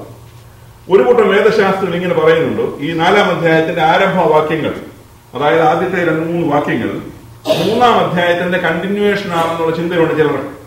കാരണം 3-ാം അധ്യായത്തിൽ തീച്ചൂടയുടെ അനുഭവത്തിൽ എബ്രായ ബാലന്മാരെ രക്ഷിച്ചതായ സമയത്ത് ദൈവത്തിനെ സ്തുതിച്ചുകൊണ്ട് നെബൂഖദ്നേസർ പറയുന്ന വാചകമാണെന്ന് പറയുന്നുണ്ട്. പക്ഷെ അതിനോട് ബഹുഭൂരിപക്ഷം വേദശാസ്ത്രികളും യോജിക്കുന്നില്ല. കാരണം പൗരാണിക എഴുത്തുകളിൽ, പൗരാണിക ലിഖിതങ്ങളായി ലഭിച്ചിട്ടുള്ളതായ വേദഭാഗങ്ങളിലൊക്കെ ഇത് അധ്യായം തിരിച്ചിരിക്കുന്നത് 4-ാം അധ്യായത്തിന്റെ ഭാഗമായിട്ട് തന്നെയാണ്. വലിയ വിഷയമായിരിക്കുന്നില്ല ഇത് 4-ാം അധ്യായത്തിന്റെ ആരംഭത്തിലാണോ 3-ാം അധ്യായത്തിന്റെ അവസാനമാണോ, ഇതൊരു വലിയ വിഷയമായിരിക്കുന്നില്ല. ഇനി മറ്റൊരു ചിന്ത, ഇതാരെഴുതി എന്നുള്ളതാണ് ഈ 4-ാം അധ്യായം. കാരണം ന്യായമായ ക്വസ്റ്റ്യനാണ്. ഇത് രാജാവിന്റെ ചരിത്രമാണ്, രാജാവിനുണ്ടായ അനുഭവമാണ്, രാജാവിന്റെ വിചാരങ്ങളെല്ലാം രാജാവ് ഷെയർ ചെയ്യുക. അപ്പോൾ ഇത് 2 അഭിപ്രായങ്ങൾ പ്രധാനമായിട്ടുണ്ട്. ഒന്ന്, രാജാവ് തന്നെ എഴുതി അയച്ച കൽപ്പനയാണ്. രാജാവ് തന്റെ രാജ്യത്തുള്ള അല്ലെങ്കിൽ തന്റെ ഭരണത്തിന്റെ പരിധിയിൽപ്പെട്ട രാജ്യങ്ങളിലെല്ലാം എത്തത്തക്കവണ്ണം എഴുതി അറിയിച്ചതായ സർക്കുലറാണ്. ഈ സർക്കുലർ ദൈവപുരുഷനായ ദാനിയേലും ഈ പുസ്തകം എഴുതുന്നതായ സമയത്ത് ഇതിനോട് ചേർത്ത് ആഡ് ചെയ്തു, ഇതിന്റെ ഭാഗമാക്കി മാറ്റി എന്നുള്ളതാണ്. കാര്യം ദൈവപ്രവർത്തിയോടുള്ള ബന്ധത്തിൽ, കാര്യം നെബൂഖദ്നേസറിന്റെ കാര്യം നാം ഈ അധ്യായങ്ങളിൽ കണ്ടുവരുന്ന കാര്യമാണ്. അപ്പോൾ നെബൂഖദ്നേസറിനോടുള്ള ബന്ധത്തിലായതുകൊണ്ട് ദൈവം അഹങ്കാരികളോട് ഇടപെടുന്നതിനുള്ള ഒരു ദൃഷ്ടാന്തമായിട്ട് ദൈവപുരുഷനായ ദാനിയേൽ ഇത് ജസ്റ്റ് ഈ പുസ്തകത്തിൽ ചേർത്തു എന്നുള്ളതായ ചിന്തയാണ്. എന്നാൽ മറ്റൊരു അഭിപ്രായം എന്ന് പറയുന്നത്, രാജാവ് പറഞ്ഞു കൊടുത്ത, അതായത് തന്റെ അനുഭവം, രാജാവ് ബെൽഷസർ എന്നും പേരുള്ളതായ ദാനിയേലിനെ വിളിച്ച് രാജാവ് ഈ ദാനിയേലിനോട് കാര്യങ്ങൾ പറഞ്ഞതായ സമയത്ത് പറഞ്ഞു കൊടുത്തപ്പോൾ ദാനിയേൽ എഴുതി, രാജാവ് പറയുന്നത് പോലെ തന്നെ ഞാൻ എന്ന് പറയുന്ന ഈ പ്രയോഗം ദാനിയേലിന്റെ എഴുത്ത് തന്നെയാണ്. രാജാവ് പറയുന്നു, ഞാനത് കണ്ടു, ഞാൻ ഇങ്ങനെ പോയി എന്ന് പറഞ്ഞ് രാജാവ് പറയുന്ന കാര്യങ്ങൾ ഇങ്ങനെ എഴുതിക്കൊണ്ടിരുന്നു. ദാനിയേൽ തന്നെ എഴുതി രാജാവ് പറഞ്ഞു കൊടുത്തു എന്നുള്ളതാണ്. അതാണ് വേറൊരു അഭിപ്രായം. ഏതായാലും കൊള്ളാം, ഇത് ഞാൻ മുമ്പേ പറഞ്ഞതുപോലെ വലിയ വിഷയമുള്ള, തർക്കിക്കേണ്ട വിഷയമല്ല. പരിശുദ്ധാത്മാവിനല്ലാതെ വേദപുസ്തകത്തിൽ ഒരു ഭാഗവും കൂട്ടിച്ചേർക്കപ്പെട്ടിട്ടില്ല. അതുകൊണ്ട് നമുക്കിത് ലഭിച്ചിരിക്കുന്നു രാജാവ് എഴുതിയാലുമുള്ള, ദാനിയേലിനാൽ ആയാലുമുള്ള. ഇനിമേൽ ദാനിയേലിന്റെ കയ്യിൽ കൂടുതൽ പോയെന്നുള്ള സത്യമാണ്. അല്ലാതെ ദാനിയേലിന്റെ കയ്യിലൂടെ വന്നതുകൊണ്ടാണല്ലോ ഇത് ദാനിയേൽ പ്രവചനത്തിന്റെ ഭാഗമായി ഇത് മാറുന്നു. അപ്പോൾ ദാനിയേൽ ഇത് അറിഞ്ഞിട്ടുണ്ട്. കാര്യം ദാനിയേലില്ലാത്തൊരു പ്രധാനപ്പെട്ട റോള് ഈ ഭാഗത്ത് ദാനിയേലുണ്ട് എന്നുള്ളത് നമ്മൾ കാണുന്നു. അപ്പോൾ ഇവിടെ ഞാൻ പറഞ്ഞു വന്നത് ഈ 4-ാം അധ്യായം വേദപുസ്തകത്തിൽ മനുഷ്യന്റെ അഹങ്കാരം എന്ന് പറയുന്ന വിഷയത്തിന് ഇത്ര കർശനമായ ശിക്ഷ കൊടുത്ത വേറെ അധ്യായം. മുമ്പേ ഞാൻ പറഞ്ഞത് ദൂതനോടുള്ള ബന്ധത്തിൽ ലൂസിഫറിന്റെ കാര്യം. എന്നാൽ മനുഷ്യനോടുള്ള ബന്ധത്തിൽ, മനുഷ്യൻ ദൈവസന്നിധിയിൽ അഹങ്കരിക്കുന്നതിനോടുള്ള ബന്ധത്തിൽ, അഹങ്കാരത്തോടുള്ള ബന്ധത്തിൽ ദൈവം ഇത്ര കർശനമായി ശിക്ഷിച്ചത് ഇതുപോലെ വേറെ അധ്യായമില്ല എന്നുള്ളതാണ് പൊതുവെ വേദശാസ്ത്രികൾ പറയുന്നത്. അപ്പോൾ എന്താണ് നെബൂഖദ്നേസറിനെ ഈ അവസ്ഥയിലേക്ക് എത്തിച്ചതെന്നുള്ളത് നമുക്ക് ഈ വാക്യപ്രതി വാക്യമായി ചിന്തിക്കുമ്പോൾ നമുക്ക് കുറച്ചുകൂടെ മനസ്സിലാകും. ഈ അഹങ്കാരം എന്ന് പറയുന്നത് നമുക്ക് ഈ വാക്യപ്രതി വാക്യത്തിലേക്ക് പ്രവേശിക്കുന്നതിന് മുമ്പ് ഇവിടെ രാജാവായി തീർന്നിരിക്കുന്ന മാനസിക അവസ്ഥയെ കുറിച്ച് അല്പം ഞാൻ നിങ്ങളോട് പറയാം. ഈ പ്രൈഡ് അല്ലെങ്കിൽ അഹങ്കാരം എന്ന് പറയുന്നത് ഒരുതരം ഭ്രാന്തിന്റെ അവസ്ഥയിലേക്ക് രാജാവിനെ കൊണ്ടെത്തിച്ചിരിക്കുകയാണ്. അതായത് പ്രൈഡ് എന്ന് പറയുന്നത് മാഡ്നസ് അല്ലെങ്കിൽ ഭ്രാന്ത് എന്ന് പറയുന്ന അവസ്ഥയിലേക്ക് രാജാവ് എത്തിക്കഴിഞ്ഞു. അത് ഈ അഹങ്കാരത്തിന്റെ ഒരു ഭാഗമാണ്. അഹങ്കാരം ഒരു ചെറിയ രീതിയിൽ ആരംഭിച്ചു കഴിഞ്ഞാൽ അത് ക്രമേണ വളർന്ന് അത് എത്തിച്ചേരുന്നത് ഈ ഭ്രാന്ത് പോലുള്ള അതിൽ തന്നെ ഒരു ഭ്രാന്ത് എന്ന് പറയുന്ന ഒരു അവസ്ഥയിലേക്ക് കൊണ്ടെത്തിക്കുകയാണ്. അത് ബാധിച്ചു കഴിയുമ്പോൾ അവന്റെ കാഴ്ചശക്തി നഷ്ടപ്പെടുകയാണ്. എന്ന് പറഞ്ഞാൽ നമ്മുടെ ഐസൈറ്റ് നഷ്ടപ്പെടുന്നതല്ല എന്ന് പറഞ്ഞത്, അവന്റെ അതായത് കാര്യങ്ങൾ മനസ്സിലാക്കുന്നതിൽ അവന്റെ വിസിബിലിറ്റി അല്ലെങ്കിൽ അവന്റെ വീക്ഷണം എന്ന് പറയുന്നത് നഷ്ടപ്പെടുകയാണ്. കാരണം അവനിതെല്ലാം കഴിയുമെന്നുള്ള ചിന്തയാണ് അവനെ ഭരിക്കുന്നത്. എനിക്കിത് സാധ്യമാണ്, എന്നെ കൊണ്ടത് സാധിക്കും, എനിക്ക് കഴിയാത്തൊരു കാര്യവുമില്ല എന്നൊക്കെയുള്ള നിലവാരത്തിലേക്ക് അവനെ കൊണ്ടെത്തി. അതോടുകൂടി റിയാലിറ്റി അല്ലെങ്കിൽ യാഥാർത്ഥ്യം എന്ന് പറയുന്നതിനോട് ഇയാൾ വിട പറയും. എന്ന് പറഞ്ഞാൽ ഇയാളുടേതായ സ്വന്തമായ ഒരു സാമ്രാജ്യം, ഈ അഹങ്കാരത്തിൻ്റെതായ ഒരു സാമ്രാജ്യം സൃഷ്ടിക്കുകയാണ്. അഹങ്കാരത്തിന്റെ ഒരു സാമ്രാജ്യം സൃഷ്ടിക്കപ്പെടുമ്പോൾ സ്വാഭാവികമായി യാഥാർത്ഥ്യം അല്ലെങ്കിൽ റിയാലിറ്റി എന്ന് പറയുന്നതുമായിട്ട് അകലം ഇട്ടുകൊണ്ട് അകന്നകന്നു പോവുകയാണ്. അത് മാത്രമല്ല, തനിക്ക് ആഗ്രഹമുള്ള എന്തും ചെയ്യാനുള്ള അധികാരം തനിക്കുണ്ടെന്നുള്ള ചിന്ത ഈ സമയത്ത് അവനെ ഭരിക്കും. അഹങ്കാരം കയറി കഴിയുമ്പോൾ അതാണ് ചിലരോട് നമ്മൾ എനിക്ക് തോന്നിയത് ചെയ്യുന്ന മറുപടി പറയത്തില്ല. എനിക്ക് തോന്നുന്നത് അങ്ങനെയാണ്, ഞാനത് ചെയ്യും എന്നൊക്കെ പറയുന്ന അതിന്റെ താന്ന ഗ്രേഡാന്ന് വിചാരിച്ചോണ്ടാ മതി. കാര്യം അതൊക്കെ ആ അഹങ്കാരം എന്ന് പറയുന്ന വിഷയം കയറി കഴിയുമ്പോൾ ഉണ്ടാകുന്ന തോന്നലുകളാണ്. ഇതെന്റെ ചോദ്യപ്പെട്ട കാര്യമാണ്, ഞാൻ ചെയ്യും. അപ്പോൾ അടുത്തതായിട്ട് മാനുഷിക ശക്തിയുടെ പരിമിതിയെ കുറിച്ച് ഇവൻ ബോധവാനയല്ല. ഞാനൊരു മനുഷ്യനാണ്, എനിക്ക് ഇത്രയ്ക്കുള്ള കഴിവേ ഉള്ളൂ എന്നൊന്നും അല്ല ചിന്ത ആ സമയത്തില്ല. ഇതൊക്കെ എനിക്ക് സാധ്യമാണ് എന്നുള്ള ചിന്താമണ്ഡലത്തിലേക്ക് മാറ്റപ്പെടുകയാണ്. അടുത്തതായിട്ട് മനുഷ്യനെയും പ്രകൃതിയെയും തന്റെ ഹിതപ്രകാരം മാറ്റാമെന്നുള്ള വ്യാമോഹം ഈ സമയത്ത് വരെ ഭരിക്കും. എന്ന് പറഞ്ഞാൽ എനിക്കിതെല്ലാം മാറ്റുവാൻ കഴിയും, ഈ ലോകത്ത് ഈ മനുഷ്യവർഗത്തിൽ സകലതിനെയും ചേഞ്ച് ചെയ്യുവാൻ എനിക്ക് കഴിയും എന്നൊക്കെ ഉള്ള ഒരു ചിന്താമണ്ഡലത്തിലേക്ക് ഇവൻ മാറ്റപ്പെടും. അടുത്തതായിട്ട് ഈ പ്രൈഡ് അല്ലെങ്കിൽ അഹങ്കാരം എന്ന് പറയുന്നത് അവനെ അവന്റേതായ സ്വപ്ന ലോകത്തിലേക്ക് അവനെ കൊണ്ടുപോകും, ഒരു ഡ്രീം വേൾഡിലേക്ക്. റിയാലിറ്റി നാം മാറിയും അഹങ്കാരത്തിൽ ഇരുന്നു കൊണ്ട് ഒരു സ്വപ്ന സാമ്രാജ്യത്തിലേക്ക് അവനെ തന്നെ കൊണ്ടുപോവുകയാണ്, അവന്റേതായ ഒരു സാമ്രാജ്യം. അതുപോലെ തന്നെ ഈ ഫാന്റസീസ് അല്ലെങ്കിൽ മനോരാജ്യം എന്ന് പറയുന്ന അവന്റെ ഹൃദയത്തിലൂടെ പോകുന്ന അവന്റേതായ മാനസികമായ ചിന്താമണ്ഡലങ്ങൾ തെറ്റാണെന്നുള്ളതായ ബോധം ഈ സമയത്തൊന്നും ഇവനെ ഭരിക്കുന്നേയില്ല. പക്ഷെങ്കിൽ ഇതെല്ലാം കഴിയുമ്പോൾ ഈ അഹങ്കാരത്തിന്റെ മൂർധന്യാവസ്ഥയിൽ എത്തപ്പെടുന്നയാൾ അവസാനം തിരിച്ചറിയും, ഇതെല്ലാം എന്റെ അഹങ്കാരത്തിൽ നിന്ന് സംഭവിച്ചതാണ്, എന്നെ കൊണ്ടൊന്നും സാധ്യമല്ല എന്ന് പറയുന്ന ഒരു അവസ്ഥയിലെത്തും ഒരു ലെവൽ കഴിയുമ്പോൾ. കാര്യം ഉദ്ദേശമൊന്നും നടക്കാതെ വരുന്നു. ആ സമയത്ത് സ്വാഭാവികമായും ഒരു അഹങ്കാരിക്ക് സംഭവിക്കുന്നത് അവൻ നിരാശയുടെ കുഴിയിലേക്ക് വീഴുന്നു എന്നുള്ളതാണ്. കാരണം കണക്ക് കൂട്ടി വെച്ചതൊന്നും സാധിക്കുന്നില്ല, തന്റേതായ സാമ്രാജ്യം നടക്കാൻ പോകുന്നില്ലെന്ന് മനസ്സിലായി, തന്റെ വ്യാമോഹം നടക്കുകയില്ലെന്ന് എനിക്ക് മനസ്സിലായി, താൻ വിചാരിച്ചാൽ ഇതൊന്നും ചേഞ്ച് ചെയ്യാൻ പറ്റത്തില്ല എന്ന് ഞാൻ തിരിച്ചറിഞ്ഞു. പക്ഷെങ്കിൽ ഇറ്റ് വാസ് ടു ലേറ്റ് എന്നുള്ളതാണ് ആ സമയത്ത്. പക്ഷെങ്കിൽ അങ്ങനെ എത്തിക്കഴിയുമ്പോൾ ആഗ്രഹിച്ച കാര്യങ്ങൾ, സ്വപ്നം കണ്ടതായ കാര്യങ്ങൾ, അല്ലെങ്കിൽ തന്റെ മനോമണ്ഡലത്തിൽ ഉണ്ടായിരുന്ന സാമ്രാജ്യം, അവന്റെ സ്വപ്ന സാമ്രാജ്യം, ഇങ്ങനെ ആഗ്രഹത്തോടെ പ്രതീക്ഷകളോടെ ഇരുന്നതായ കാര്യങ്ങൾ ഇതൊന്നും നടക്കുകയില്ല, സാധ്യതമാകാൻ പോകുന്നില്ല എന്ന് കണ്ടു കഴിയുമ്പോൾ സ്വാഭാവികമായി ഇവരിൽ ഉണ്ടാകുന്ന അടുത്ത വികാരം എന്ന് പറയുന്നത് നിരാശാബോധത്തിലേക്ക് ഇവൻ വീഴുകയാണ്. നിരാശാബോധത്തിലേക്ക് ഇവൻ വീണു കഴിഞ്ഞാൽ അടുത്തതായിട്ട് സംഭവിക്കുന്നത് റിവെഞ്ചാണ്, പ്രതികാരം ചെയ്യുക എന്നുള്ളതാണ്. കാരണം ഞാനോ ഇതിൽ വീണുപോയി, എന്റെ കഥ കഴിഞ്ഞു, ഇനിയും അതുകൊണ്ട് ഇതിന്റെ ബാക്കി കണ്ടേച്ചേ ഉള്ളൂ എന്നുള്ള നിരാശാബോധത്തിൽ നിന്നും എന്തും ചെയ്യാനുള്ളതായ ഒരു നിലപാടിലേക്ക് മാറും. നിങ്ങൾ ശ്രദ്ധിച്ചു നോക്കൂ, അല്ലെങ്കിൽ പഠിച്ചു നോക്കൂ. ഈ പല കുറ്റകൃത്യങ്ങൾ ചെയ്യുന്നവരുടെ പശ്ചാത്തലം പഠിച്ചാൽ ഇതുപോലുള്ളതായ നിരാശാബോധത്തിൽ നിന്നും വാശിയിൽ നിന്നും ഒക്കെ വന്നിരിക്കുന്ന കാര്യങ്ങളാണ് ഇതിന്റെ എല്ലാം ബാക്ക്ഗ്രൗണ്ട്. കാരണം അവർ ആഗ്രഹിച്ച പോലെ കാര്യങ്ങൾ നടക്കുന്നില്ല, അല്ലെങ്കിൽ അവർ പ്രതീക്ഷിച്ച പോലെ കാര്യങ്ങൾ നടക്കുന്നില്ല. ഇങ്ങനെയൊക്കെ വന്നു കഴിയുമ്പോൾ അവസാനം ഒരു നിരാശാബോധത്തിലെത്തി ഏതായാലും താൻ വിചാരിച്ച സ്വപ്ന ലോകമൊന്നും സാധ്യമല്ല, ഞാൻ പോകുന്നതിന് മുമ്പ് 10 എണ്ണത്തിനും കൂടെ തട്ടിയച്ചേ പോകുന്നുള്ളൂ എന്നുള്ള നിലവാരത്തിൽ എത്തുന്നതാണ് ഈ അഹങ്കാരം കൊണ്ടെത്തിക്കുന്നത്. ഇതാണ് മാനുഷികമായ നിലയിൽ അഹങ്കാരം കൊണ്ടെത്തിക്കുന്നതെന്ന് സൈക്കോളജിസ്റ്റുകൾ പറയുന്ന ഒരു പശ്ചാത്തലമാണ് ഞാൻ പറഞ്ഞത്.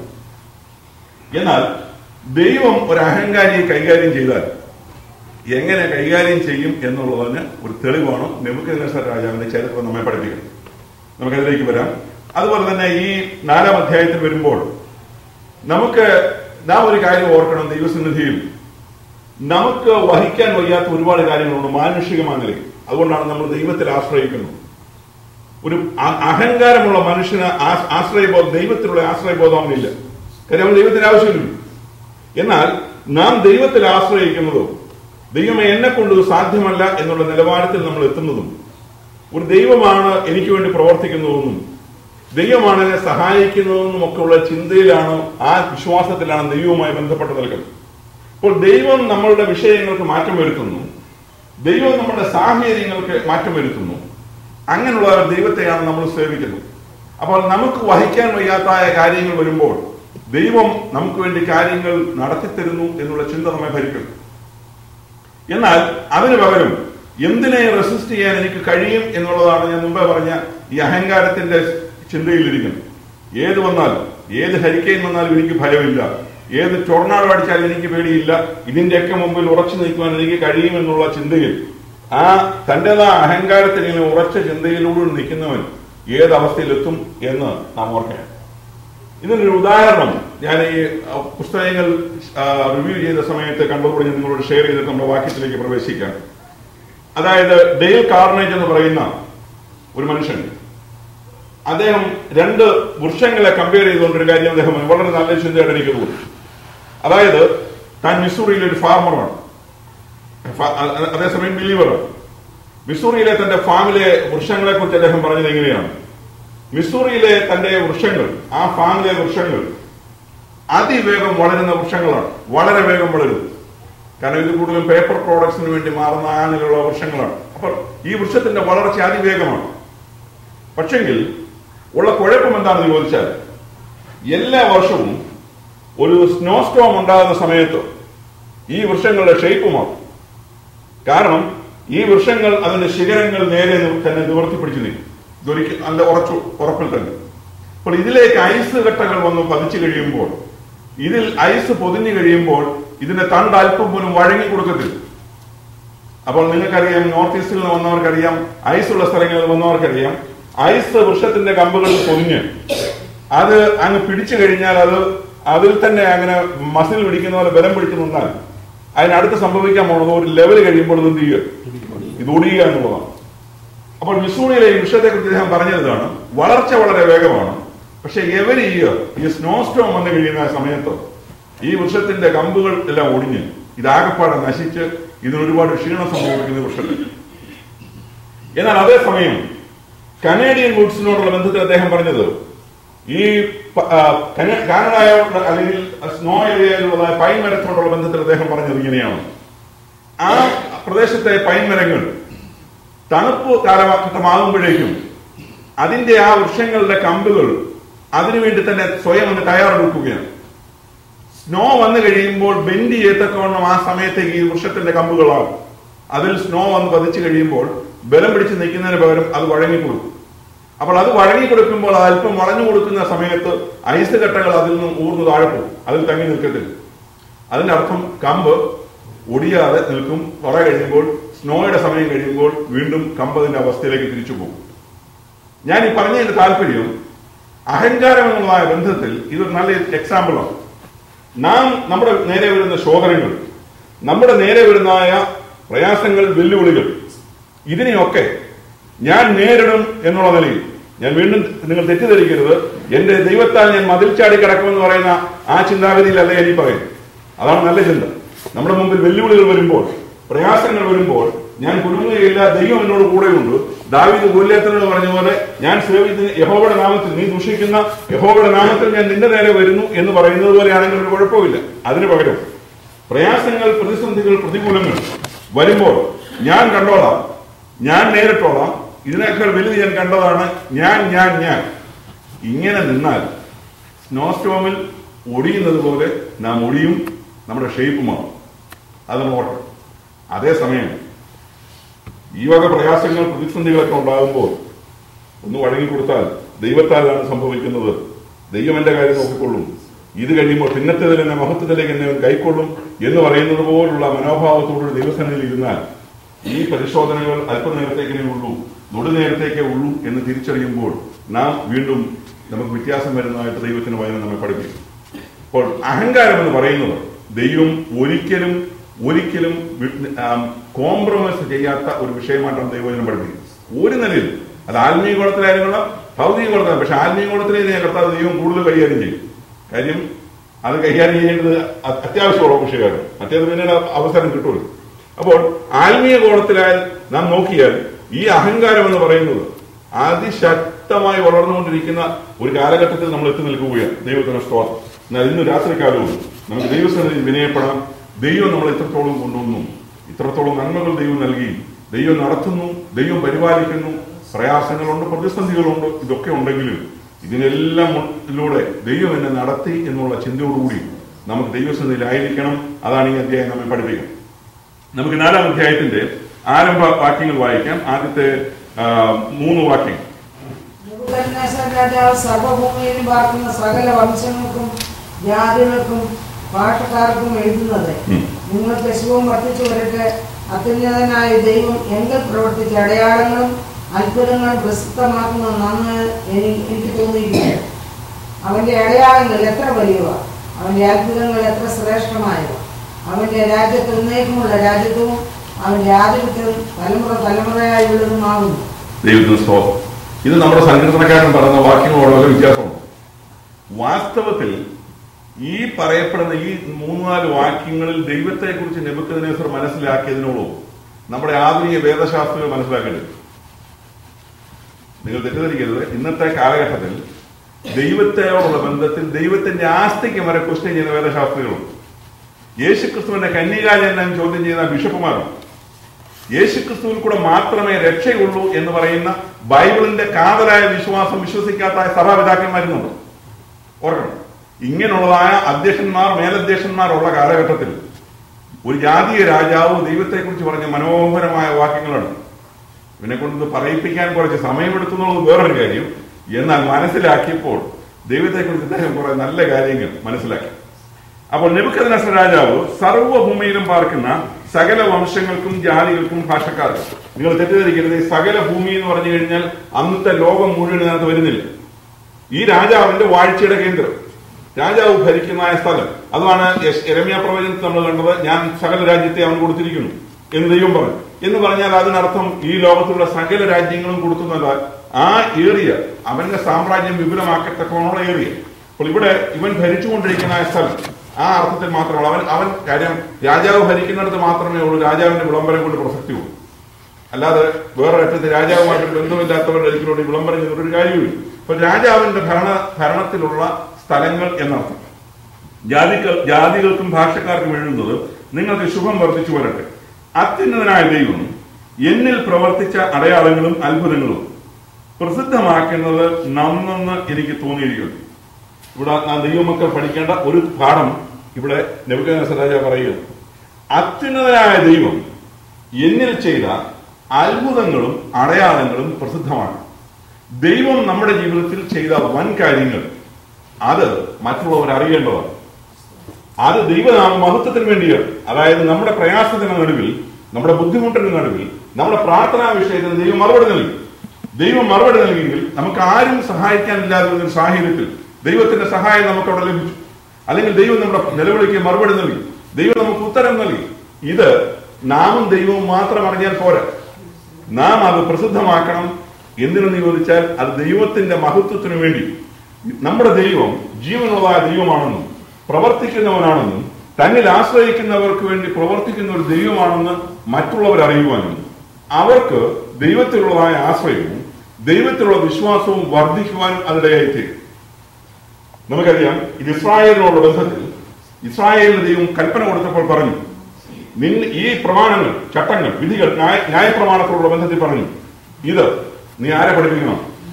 നിന്റെ മക്കൾക്ക് തലമുറയായ ചട്ടമായിരിക്കണം. നീ ഇത് അവരെ പഠിപ്പിക്കണം. അപ്പോൾ ദൈവവചനം, ദൈവത്തിൽ നിന്ന് ലഭിച്ച ന്യായപ്രമാണം പഠിപ്പിക്കേണ്ട ഉത്തരവാദിത്വം ദൈവം ആർക്ക് കൊടുത്തു? ദൈവം യഹൂദനോടുള്ള ബന്ധത്തിൽ കൊടുത്തു. അപ്പോൾ നമുക്ക് ഒരു ദൈവവൈതലിന്റെ ചുമതലയാണ് നാം ദൈവസന്നിധിയിൽ അനുഭവിക്കുന്ന നന്മകൾ, അനുഗ്രഹങ്ങൾ ഷെയർ ചെയ്ത് മറ്റുള്ളവർ അത് അറിഞ്ഞിരിക്കുക എന്നുള്ളത്. ഒരു വിധത്തിൽ പറഞ്ഞാൽ നമ്മളുടെ പെന്തക്കോസ്ത് വേർപാട് സഭകളുടെ ആരംഭകാല ചരിത്രം എടുത്താൽ, ഞാൻ ഈ പറഞ്ഞ മലങ്കരയിലെ ചരിത്രമാണ്. കേരളക്കരയിൽ പെന്തക്കോസ്ത് പ്രസ്ഥാനം ആരംഭിക്കുന്ന സമയത്ത്, അല്ലെങ്കിൽ അത് വളരുന്ന സമയത്ത് അത്ഭുതങ്ങൾ, അടയാളങ്ങളുടെ കേട്ടറിവിൽ അനേകം രക്ഷിക്കപ്പെട്ടു. ഒരു സ്ഥലത്ത് ഒരു വീട്ടിൽ മൂർഖൻ പാമ്പ് കടിച്ച് മരണാസന്നമായി കിടന്നതായ ആൾ അതുവഴി പോയതായ ഉപദേശിയെ വിളിച്ചു നാട്ടുകാർ, ഒന്ന് പ്രാർത്ഥിച്ചേക്ക് പാമ്പ് എന്ന് പറഞ്ഞ് കളിയാക്കിയതാണ്. ഉപദേശി പ്രാർത്ഥിച്ചാൽ മൂർഖൻ പാമ്പ് കടിച്ച് ശരീരം കരിനീലിച്ചു, മരണം ഷുവറാണ്. അപ്പൊ ഉപദേശിയെ കളിയാക്കാൻ വേണ്ടി ചെയ്തതാണ്. ഉപദേശി പ്രാർത്ഥിച്ചാൽ അതിനെ സാധിക്കുമോ? എന്നാൽ വഴിയെ പോയ ഉപദേശിയെ വിളിച്ചു കയറുന്നു, പ്രാർത്ഥിച്ചോളാൻ പറയും. പ്രാർത്ഥിക്കാൻ അവസരം കിട്ടുന്നില്ല എന്നുള്ള നിലയിൽ ഉപദേശി കയറി പ്രാർത്ഥിച്ചു. മൂർഖൻ പാമ്പ് കടിച്ച് മരണാസന്നമായി കിടന്ന രോഗി ചാടി എഴുന്നേറ്റ് ദൈവത്തെ സ്തുതിച്ചു. ആ ദേശത്തെ ദൈവമക്കൾക്ക് ഇത് അനേകർക്ക് വിശ്വസിക്കാൻ മുഖാന്തരമായിട്ടുള്ളൂ. കേട്ടറിഞ്ഞവർ വിശ്വസിച്ചു. ഇതുപോലെ നിരവധി സംഭവങ്ങളുണ്ട്. കാരണം അന്നത്തെ പിതാക്കന്മാരിലൂടെ, ദൈവദാസന്മാരിലൂടെ അവർ പോകുന്ന വഴികളിലൊക്കെ അത്ഭുതം നടക്കുവാണ്. കുട്ടി കോഴിച്ചല്ല പോകുന്നു. രാവിലെ വീട്ടിൽ നിന്ന് ഇറങ്ങുന്ന ഉടനെ ഞാൻ കല്ലൂപ്പാറയ്ക്ക് പോവുകയാണ്, പോകുന്ന വഴിക്ക് 10 അത്ഭുതം ചെയ്തേച്ചേ ഞാൻ തിരിച്ചു വരത്തുള്ളൂ എന്ന് പറഞ്ഞ് ഒരു പെരുമ്പറയും കൊട്ടുന്നില്ല. അവർ പോകുന്ന വഴിക്ക് രോഗികളെ കാണുന്നു, അവർക്ക് വേണ്ടി പ്രാർത്ഥിക്കുന്നു, അവർ സൗഖ്യമാകുന്നു. മാനസികമായ വിഭ്രാന്തിയുള്ളവനെ കാണുന്നു, ഭൂതം പിടിച്ചവനെ കാണുന്നു, പ്രാർത്ഥിക്കുന്നു, ഭൂതം വിട്ടോടുന്നു, രോഗികൾ സൗഖ്യമാകുന്നു. സന്ധ്യയാകുമ്പോൾ മനുഷ്യനെ നിറച്ചുകൊണ്ടൊന്നുമല്ല, ഒഴിഞ്ഞ സഞ്ചിയോടുകൂടി അവർ തിരിച്ചും പോകുന്നു. അത് ഞാൻ ആരും മനുഷ്യനെ നിറച്ചു കൊടുക്കാനാണ്. ഇന്നതല്ല, ഇന്ന് പോകുന്ന വഴി മനുഷ്യരെ നടക്കുന്നു, കാര്യങ്ങളൊന്നും നടക്കുന്നില്ല. കാര്യങ്ങൾ നടക്കുന്നുവെന്ന് പെരുമ്പറ കൊട്ടി ലോകം മുഴുവൻ അറിയിക്കുന്നു. ഒന്നും നടന്നില്ലല്ലോ. ലേക്ക്ലാൻഡിൽ പ്രസംഗിക്കുമ്പോൾ ഞാൻ ചെല്ലുന്നിടത്തെല്ലാം രോഗികൾ സൗഖ്യമാകുന്നു, രോഗികൾ വീഴുന്നു, ചാടി എഴുന്നേൽക്കുന്നു, ഓടുന്നു. പക്ഷെങ്കിൽ ലേക്ക്ലാൻഡിൽ നടക്കുന്നില്ല, പോകുന്നിടത്തല്ലേ നടക്കുന്നു. കയ്യിൽ ഇൻസുലിനും കൊണ്ടാണ് നടക്കുന്നത്. ഇത്ര രോഗശാന്തികൾ, ഭൂതശാന്തികൾ ഒക്കെ ഒത്തിരി നടക്കുന്നു. ഇതാണ് നമ്മുടെ ഇന്നത്തെ ലോകം. ഇതാണ് നമ്മളുടെ വ്യത്യാസം. പണ്ടത്തെ ദൈവദാസന്മാർ കർത്താവിലുള്ള ആശ്രയം മാത്രമേ കയ്യിലുള്ളൂ. കയ്യിലാകപ്പാടെ വേദോത്സവവും വേറെ കയ്യിലൊന്നുമില്ല. ആകപ്പാടെ പുസ്തകവും കക്ഷത്തിൽ വെച്ചുകൊണ്ട് പോവുകയാണ്. ഇങ്ങനെ പോകുന്ന പോക്കിൽ അവരെ ദൈവം അതിശക്തമായി ഉപയോഗിച്ചു. ഞാൻ ഉദാഹരണങ്ങൾ പറയേണ്ട കാര്യമില്ല. നിരവധി ഉദാഹരണങ്ങൾ നേരിട്ടറിഞ്ഞവരും കേട്ടിട്ടുള്ളവരാണ് വിളിക്കാതിരിക്കുന്നത്. അതുകൊണ്ടാണ് ഇവിടെ പറഞ്ഞത്, ദൈവം നമ്മളിൽ കാര്യങ്ങൾ ചെയ്താൽ, അത്യുന്നതനായ ദൈവം നമ്മളെ തൊട്ടാൽ, അത്യുന്നതനായ ദൈവം നമുക്ക് വേണ്ടി പ്രവർത്തിച്ചാൽ അത് 10 പേർ അറിയുന്നതിന് കുഴപ്പമില്ല. ദൈവത്തിന് നാമമോഹത്തിന് വേണ്ടിയല്ലേ, അവിടെയാണ് 10 പേരെ അറിയിക്കുന്നത്. പക്ഷെ നിങ്ങൾ ഇന്നും ഓർക്കണം, ഇന്ന് കാണുന്ന ക്രൂസുകളുടെ റിപ്പോർട്ടുകൾ നിങ്ങൾ നോക്കി, അല്ലെങ്കിൽ ഈ പരിപാടിക്കാർ നടത്തുന്ന അവരുടെ സ്വന്തം പ്രസിദ്ധീകരണങ്ങൾ നോക്കൂ. ആര് നടന്നതായി പറയുന്നത്? അവരാൽ നടന്നു. ഞാൻ പ്രാർത്ഥിച്ചു, ഞാൻ തൊട്ടു, സൗഖ്യമായി, ഞാൻ കൈവച്ചു, സൗഖ്യമായി. ഇതേ ഉള്ളൂ. ദൈവത്തിന് മഹത്വം. അപ്പോൾ അത്യുന്നതനായ ദൈവം എന്നിൽ പ്രവർത്തിച്ചു, ദൈവം എന്നെ കൊണ്ട് കാര്യങ്ങൾ ചെയ്തു, അല്ലെങ്കിൽ യേശു ക്രിസ്തു എന്നിലൂടെ പ്രവർത്തിച്ചു എന്ന് പറഞ്ഞ് ദൈവസന്നിധി ദൈവത്തിന് മഹത്വം കൊടുക്കുന്ന നിലയിൽ പ്രസിദ്ധപ്പെടുത്തുന്ന കാര്യമാണ് ഞാൻ പറഞ്ഞത്. അതാണ് ഈ ദൈവവചനം പറയുന്നത്. അപ്പോൾ നാം എന്ത് ചെയ്താലും അതിൽ മഹത്വം ദൈവത്തിന് പോകണം എന്ന് ദൈവം ആഗ്രഹിക്കും. മഹത്വം ദൈവത്തിന് കിട്ടണം, നെഗളത്തോട് ദൈവം നിർത്തുന്നു. അപ്പോൾ നെബൂഖദ്നേസർ പറയുകയാണ്, അത്യുന്നതനായ ദൈവം എന്നിൽ പ്രവർത്തിച്ച അടയാളങ്ങളും അത്ഭുതങ്ങളും പ്രസിദ്ധമാക്കുന്നത് നന്നെന്ന് എനിക്ക് തോന്നിയിരിക്കും. ദൈവമക്കളെ, ഇന്ന് രാത്രികാലം നാം ഈ ഹോളിൽ ഇരിക്കുമ്പോൾ നമ്മളൊന്ന് തിരിഞ്ഞു നോക്കി നമ്മുടെ ജീവിതയാത്രയിൽ എത്രയെത്ര അത്ഭുതങ്ങൾ എന്ന് പറഞ്ഞാൽ ഉടനെ മരിച്ചവരെ ഉയർപ്പിക്കുന്നത് മാത്രമല്ല അത്ഭുതം. അതുകൊണ്ട് നമ്മൾ തെറ്റിദ്ധരിക്കരുത്. മരിച്ചവരെ ഉയർപ്പിക്കുന്നത് മാത്രമല്ല അത്ഭുതം, കുഷ്ഠരോഗം സൗഖ്യമാകുന്നത് മാത്രമല്ല അത്ഭുതം, ചെകിടർ കേൾക്കുന്നത് മാത്രമല്ല അത്ഭുതം. നമ്മുടെ നിസ്സഹായ അവസ്ഥയിൽ ആ സാഹചര്യത്തിന് മാറ്റം വരുത്തേണ്ടത് അത്ഭുതമാണ്.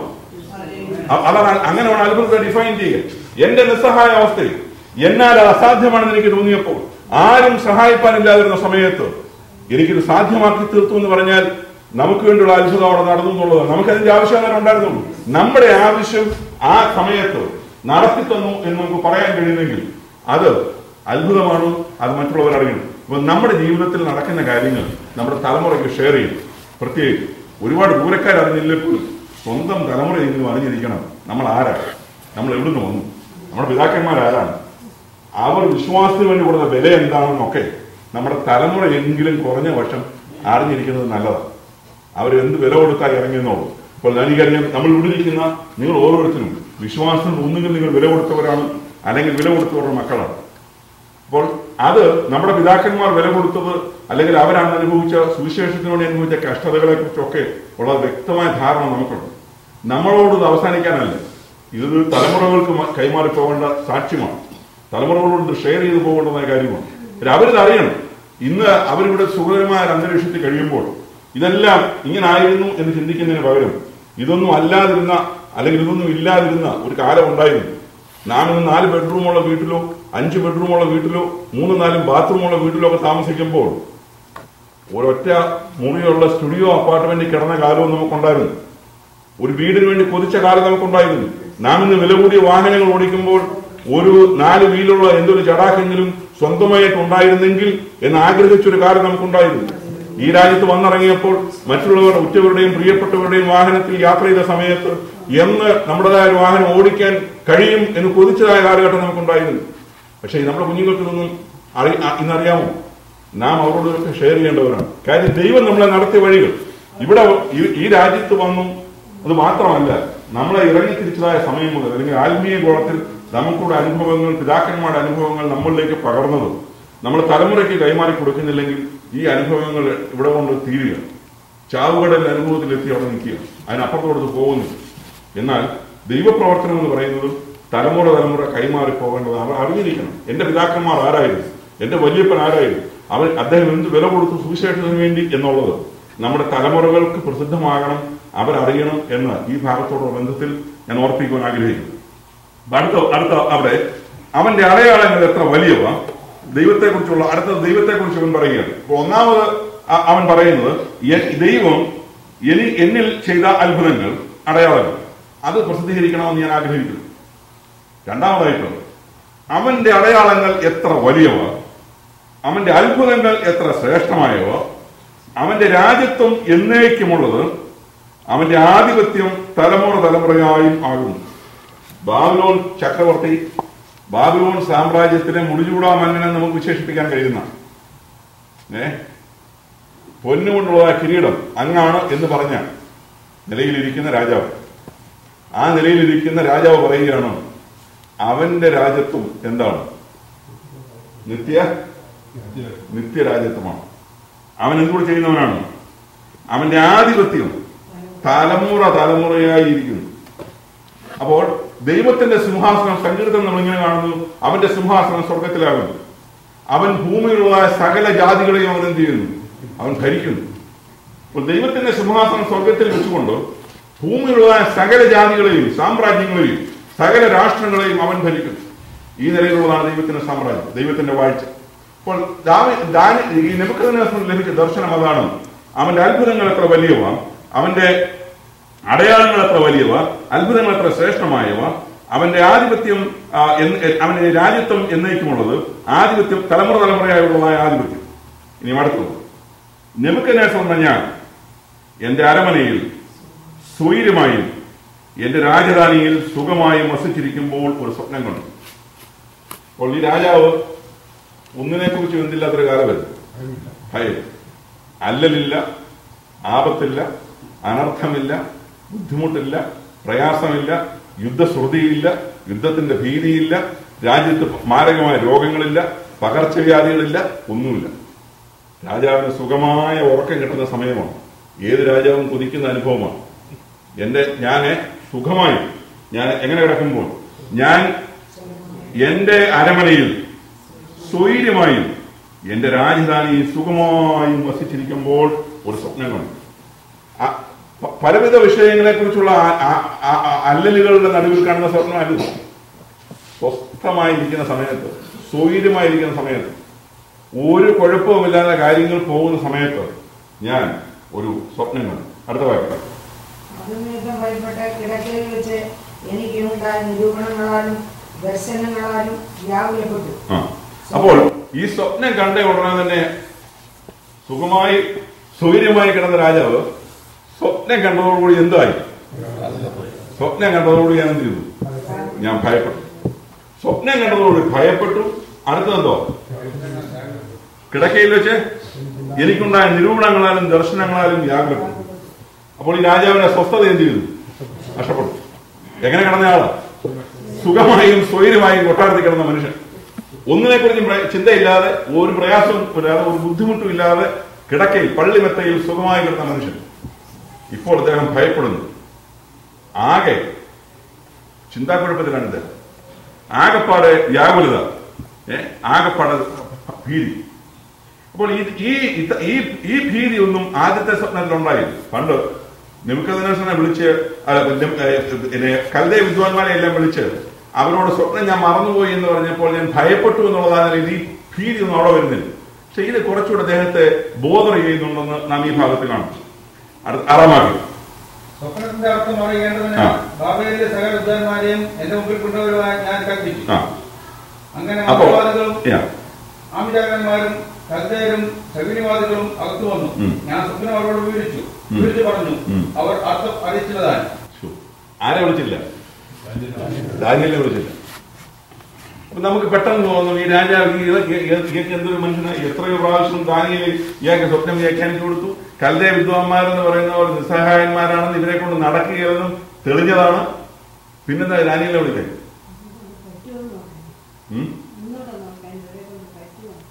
നമ്മൾ നോക്കണം, 2-ാം അധ്യായത്തിൽ സ്വപ്നം കണ്ടപ്പോൾ ഈ കൽദയ വിദ്വാൻമാർ 2 പ്രാവശ്യം രാജാവിനോട് ഒരു കാര്യം പറഞ്ഞു.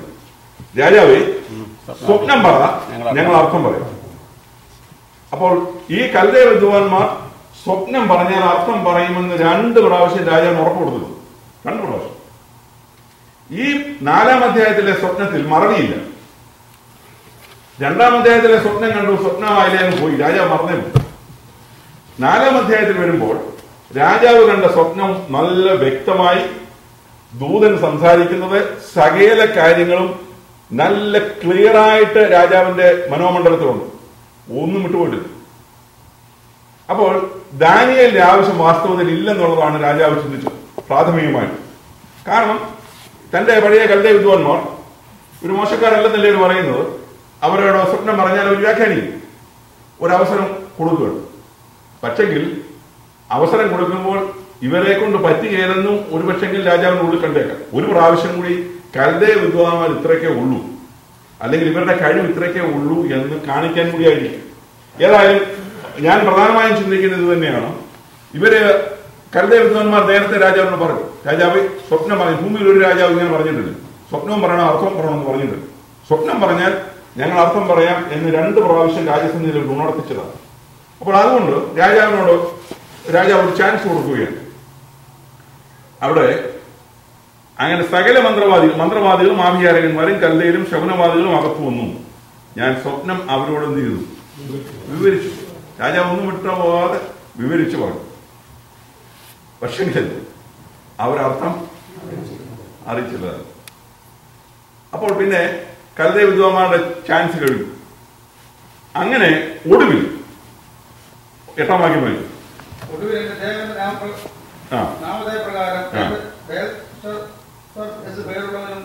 വിശുദ്ധന്മാരുടെ ആത്മാവുള്ളവനുമായ ദാനിയേൽ എന്റെ മുമ്പിൽ വന്നു. അവനോട് ഞാൻ സ്വപ്നം വിവരിച്ചതെന്നാൽ. അപ്പൊ ഒടുവിൽ നമ്മൾ വേദപുസ്തകത്തിൽ വളരെ പ്രാധാന്യം കൊടുത്ത് പറയുന്ന ഒരു വാക്കാണ് ഒടുവിൽ. ഒടുവിൽ കർത്താവിലും അവന്റെ അമിത ബലത്തിലും എന്ത് ചെയ്യുകയും ശക്തിപ്പെടുകയും. അപ്പോൾ ഒടുവിൽ എന്നുള്ളത് പറഞ്ഞാൽ ഒടുവിൽ എന്ന് പറഞ്ഞാൽ മാനുഷികമായി ചെയ്യാവുന്ന കാര്യങ്ങളെല്ലാം ചെയ്തു കഴിഞ്ഞ് അല്ലെങ്കിൽ ഇതൊക്കെ നിരർത്ഥകമായി കഴിയുമ്പോൾ ഒടുവിൽ, അല്ലെങ്കിൽ ആശ്രയിക്കാൻ കൊള്ളാവുന്ന ഒന്നുണ്ട് ഒടുവിൽ. എവിടെ ആയാലും ഒടുവിൽ എത്തേണ്ട ഒരു സ്ഥലം എന്ന് ഒടുവിൽ എന്നുള്ള ആ നിലയിൽ വളരെ പ്രാധാന്യം കൊടുത്ത വേദപുസ്തകം പറയുന്നു. അപ്പോൾ ഒടുവിൽ എന്റെ ദേവന്റെ പേരിലുള്ള ബെൽഷസർ എന്ന് പേരുള്ളവനും വിശുദ്ധ ദേവന്മാരുടെ ആത്മാവുള്ളവനുമായ ദാനിയേൽ എന്റെ മുമ്പിൽ വന്നു. അപ്പോൾ കൽദയ രാജാവ് കൊടുത്ത പേരും എബ്രായ പേരും രാജാവ് വിളിച്ചു, ദാനിയേൽ എന്നുള്ള പേരും വിളിച്ചു, പിന്നെ ബെൽഷസർ എന്നുള്ളതായ പേരും വിളിച്ചു. ബെൽഷസർ എന്ന പേരിന്റെ അർത്ഥം ഞാൻ നേരത്തെ പറഞ്ഞു ഓർക്കുന്നുണ്ട്. ബാലെ സഹായിക്കുന്നവൻ, ബാൽ സഹായിക്കുന്നവൻ എന്ന അർത്ഥമാണ്. ബാൽ എന്ന് പറയുന്നത് കൽദയയുടെ പ്രധാനപ്പെട്ട ദൈവമാണ്. അപ്പോൾ അവര് ബേൽ സഹായിക്കുന്നു. അപ്പോൾ ബേൽ സഹായിക്കുന്നു എന്നുള്ളതായ നിലയിൽ ഈ ബേൽ സഹായിക്കുന്നവനുള്ള അർത്ഥത്തിലാണ് ബെൽഷസർ എന്നുള്ള വാക്ക് നിൽക്കുന്നത്. അപ്പോൾ എന്റെ ദേവന്റെ പേരിലുള്ള ദാനിയേലിനെ ഞാൻ വിളിച്ചു. ദാനിയേൽ അവനോട് ഞാൻ എന്ത് ചെയ്തു? സ്വപ്നത്തിന്റെ താല്പര്യവും അർത്ഥവും അവനോട് ഞാൻ സ്വപ്നം വിവരിച്ചതെന്നാൽ. അപ്പൊ രാജാവ് ദാനിയേലിനെ വിളിച്ചു, അവനോട് ഞാൻ സ്വപ്നം വിവരിച്ചതെന്നാൽ. ഇനിയും വായിക്കാം. മന്ത്രവാദിശേഷനായ ബേൽഷസ്സരേ, വിശുദ്ധ ദേവന്മാരുടെ ആത്മാവ് നിന്നിലുണ്ടെന്ന് ഞാൻ ഉണ്ടെന്നൊരു രഹസ്യവും നിനക്ക് വിശ്വാസമല്ലെന്ന് ഞാൻ അറിയുന്നതുകൊണ്ട് ഞാൻ കണ്ട സ്വപ്നത്തിന്റെ താല്പര്യവും അർത്ഥവും പറയുക. കിഴക്കയിൽ വെച്ച് എനിക്കുണ്ടായ ദർശനമാണിത്. ഭൂമിയുടെ നടുവിൽ ഞാൻ ഒരു വൃക്ഷം കണ്ടു. അത് ഏറ്റവും ഉയരമുള്ളതായിരുന്നു. ആ വൃക്ഷം വളർന്ന് ബലപ്പെട്ടു. അത് ആകാശത്തോളം ഉയരമുള്ളതും സർവഭൂമിയുടെയും അനത്തോളം കാണുന്നതും ആയിരുന്നു. അതിലെ ഇല ഭംഗിയുള്ളതും ഫലം അനവധിയുമായിരുന്നു. എല്ലാവർക്കും അതിൽ ആഹാരം ഉണ്ടായിരുന്നു. കാട്ടുമൃഗങ്ങൾ അതിന്റെ കീഴിൽ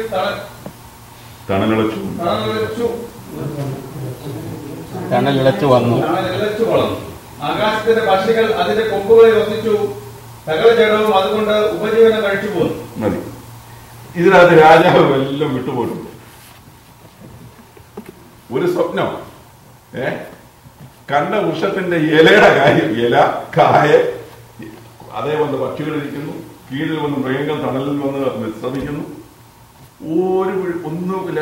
സ്വപ്നത്തിന്റെ എല്ലാ ഏറിയായും രാജാവ് കവർ ചെയ്യുന്നു. രാജാവ് ഒന്നും മറന്നുപോയിട്ടില്ല. അപ്പോൾ നമുക്ക് അവിടേക്ക് വരാം. മന്ത്രവാദിശ്രേഷ്ഠനായ ബെൽഷസ്സരേ, വിശുദ്ധ ദേവന്മാരുടെ ആത്മാവ് നിന്നിൽ ഉണ്ടെന്നും ഒരു രഹസ്യവും നിനക്ക് വിഷമമല്ലെന്നും ഞാൻ അറിയുന്നത് കൊണ്ട്. ഇവിടെ വിശുദ്ധ ദേവന്മാരുടെ ആത്മാവെന്ന് പറയുന്നത് വെച്ചുകൊണ്ട് ചില ചിന്തയുണ്ട്. അതായത് ദേവന്മാർ, പല ദേവന്മാരുടെ ആത്മാവ് ദാനിയേലിൽ ഉണ്ടായിരുന്നു എന്നുള്ള ചിന്ത.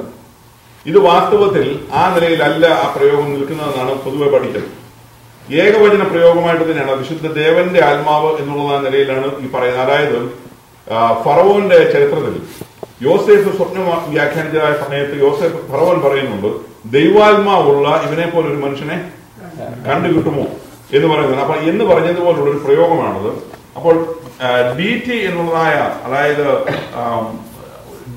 ഒരു ഏകവചന പ്രയോഗമായിട്ട് തന്നെയാണ് ഇത് രാജാവ് പറയുന്നതെന്നാണ് പൊതുവെ ചിന്തിക്കുന്നത്. അല്ലെങ്കിൽ തന്നെ ഈ ദാനിയേല് ബഹുദൈവ വിശ്വാസി അല്ലെന്നുള്ളത് വ്യക്തമായി ആർക്കറിയാം?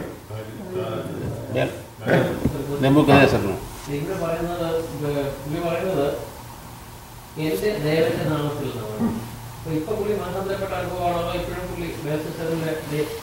ഇല്ലില്ല, ഇദ്ദേഹത്തിന്റെ മാനസാന്തരത്തിലേക്ക് ഇദ്ദേഹം വരുന്നേ ഉള്ളൂ. ഈ അനുഭവം കഴിയും കുറച്ചുകൂടെ. അതായത് അതിന്റെ രത്ന ചുരുക്കമാണ് ഇദ്ദേഹം വാസ്തവത്തിൽ ഈ അദ്ദേഹത്തെ കുറിച്ച് പറയുന്നത്. ഇദ്ദേഹത്തിന് ഈ സംഭവങ്ങൾ ഉണ്ടായി കഴിഞ്ഞ് അദ്ദേഹം എഴുതിയതായിട്ടാണ്. ഇതിന് ശേഷം ഇദ്ദേഹത്തിന് വ്യത്യാസം വന്നല്ലോ. മൃഗം പുല്ല് തിന്നുന്നത് പോലെ തിന്ന് കൊട്ടാരത്തിന് ഇറങ്ങിപ്പോകുന്ന അനുഭവമില്ലേ? ഈ ഇൻസിഡന്റിലൂടെ കഴിഞ്ഞിട്ടാണ് രാജാവ് ഇത് എഴുതിയെന്നാണ് പൊതുവെ പറയുന്നത്. അല്ലാതെ അതിന് മുമ്പല്ല. ഇപ്പോൾ ഈ അധ്യായത്തിന്റെ അവസാനം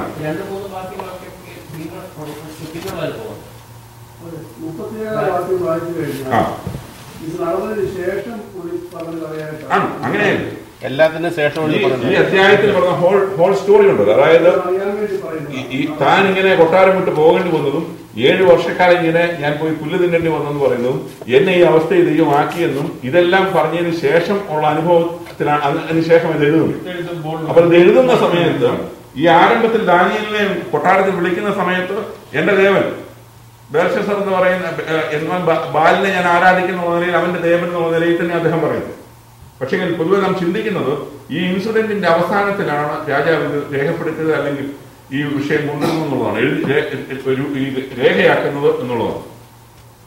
അപ്പോൾ അവിടെ കിടക്കയിൽ വെച്ച് എനിക്കുണ്ടായ ദർശനമാണിത്. ഭൂമിയുടെ നടുവിൽ ഞാൻ ഒരു വൃക്ഷം കണ്ടു, അത് ഏറ്റവും ഉയരമുള്ളതായിരുന്നു. ഇതിനൊന്നും വ്യാഖ്യാനം ആവശ്യമൊന്നുമില്ല. ഭൂമിയുടെ നടുവിൽ ഞാനൊരു വലിയ ഒരു വൃക്ഷം കണ്ടു. ആ വൃക്ഷം ഏറ്റവും ഉയരമുള്ളതായിരുന്നു. ആ വൃക്ഷം വളർന്ന് ബലപ്പെട്ടു. അത് ആകാശത്തോളവും ഉയരമുള്ളതും സർവ്വഭൂമിയുടെയും അറ്റത്തോളവും കാണാവുന്നതുമായിരുന്നു. അപ്പോൾ ഉദാഹരണം പറഞ്ഞാൽ ഈ വൃക്ഷം എന്ന് പറയുന്നത് ഭൂമിയുടെ ഒത്ത നടുക്ക് നിൽക്കുന്നു. ഈ വൃക്ഷത്തിന് ഭയങ്കരമായ ഉയരമാണ്, ആകാശം മുട്ടയുള്ള ഉയരം. അതുപോലെ തന്നെ കൊമ്പുകൾ ഇങ്ങനെ അങ്ങോട്ട് നീട്ടിക്കഴിഞ്ഞപ്പോൾ ലോകത്തിന്റെ എല്ലാ അറ്റത്തും എത്തുന്നത് പോലുള്ള ശാഖകൾ. ഇത് പറയുമ്പോൾ ഓർക്കണം, ഈ ലോകം എന്ന് പറയുന്നത് ഈ രാജാവിന്റെ സാമ്രാജ്യം. അപ്പോൾ ഇത് ഇങ്ങനെ അതുകൊണ്ട് എവിടെ നിന്ന് നോക്കിയാലും ഈ ഉയരമുള്ളതായ വൃക്ഷം ആർക്കും കാണാവുന്ന പോലുള്ള ഹൈറ്റ് ഈ വൃക്ഷത്തിന് ഉണ്ട്. ഇനി അപ്പോൾ ഇത്രയും മനോഹരമായ വൃക്ഷം ഇത് എല്ലാറ്റിനെയും ആകർഷിക്കുന്ന ഒരു വൃക്ഷമാണ്. അവിടേക്ക് എല്ലാറ്റിനെയും ആകർഷിക്കുക. എന്തെല്ലാം അവിടെ ഉണ്ടെന്ന് നോക്കൂ. അടുത്തായിട്ട് അതിന്റെ ഇല ഭംഗിയുള്ളതും ഫലം അനവധിയുമായിരുന്നു. അപ്പോൾ നിരവധി ഫലങ്ങൾ ഇതിലുണ്ടായിരുന്നു, മനോഹരമായ ഇലകൾ ഇതിലുണ്ടായിരുന്നു. അപ്പോൾ വളരെ ആകർഷണമുള്ള, കണ്ടാൽ ആരും നോക്കിപ്പോകുന്ന മനോഹാരിത ഈ വൃക്ഷത്തിനുണ്ട്. അടുത്തായിട്ട് കാട്ടുമൃഗങ്ങൾ അതിന്റെ കീഴെ തണൽ ഇളച്ചു വന്നു. അപ്പോൾ കാട്ടുമൃഗങ്ങൾ അതിന് തണൽ വേണം. അപ്പോൾ ഈ വൃക്ഷം അവയ്ക്കെല്ലാം കൊടുത്തു. അവയ്ക്കെല്ലാം സകല മൃഗങ്ങൾക്കും ഈ വൃക്ഷം തണൽ നൽകി. അടുത്തത് ആകാശത്തിലെ പക്ഷികൾ അതിന്റെ കൊമ്പുകളിൽ വസിച്ചു. പക്ഷികൾക്ക് താമസിക്കാൻ ഒരു സ്ഥലം വേണം. പക്ഷികളെല്ലാം അതിന്റെ കൊമ്പുകളിൽ കൂടുകൂട്ടി. ഒറ്റ വൃക്ഷം, സകല പക്ഷികളും വന്ന് അതിൽ കൂടുകൂട്ടി, സകല മൃഗങ്ങളും വന്ന് അതിന്റെ കീഴെ അതിന്റെ തണലിൽ വിശ്രമിച്ചു. അടുത്തതായിട്ട് സകല ജഡവും അതുകൊണ്ട് ഉപജീവനം കഴിച്ചു. അപ്പോൾ സകല മനുഷ്യനും ഈ വൃക്ഷത്തിന്റെ തണലിൽ അല്ലെങ്കിൽ ഈ വൃക്ഷം കൊണ്ട് ഇങ്ങനെ സന്തോഷമായിട്ട് ഇങ്ങനെ സുഖമായി ജീവിക്കുക. അപ്പോൾ ഇത് വാസ്തവത്തിൽ ഇതൊരു വൃക്ഷം അല്ല എന്ന് വ്യക്തം. ഒരു വൃക്ഷം കൊണ്ട് എങ്ങനെയാണ് സകല മനുഷ്യനും ഉപജീവനം കഴിക്കും. അപ്പോൾ ഒരു വൃക്ഷമല്ല, ഇവിടെ ഇതിനൊരു അർത്ഥം വേറെ ഉണ്ടെന്നുള്ളത് വ്യക്തം. അതുകൊണ്ടാണ് രാജാവ് ഇതിന് അർത്ഥം ചോദിക്കുന്നത്.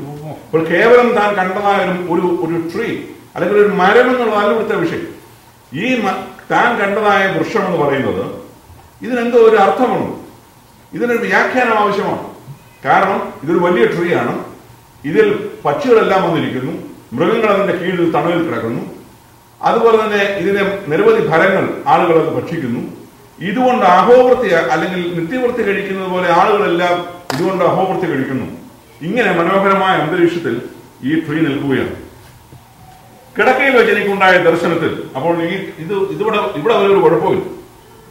ഈ ട്രീ, മനോഹരമായ ട്രീ കണ്ടു. ഇതിങ്ങനെ രാജാവ് ഇങ്ങനെ കണ്ടു. ഇവിടെ വെച്ച് ഇത്രയുമായിരുന്നെങ്കിൽ രാജാവിന് സ്വസ്ഥതയ്ക്ക് കുഴപ്പമൊന്നും വരത്തില്ല.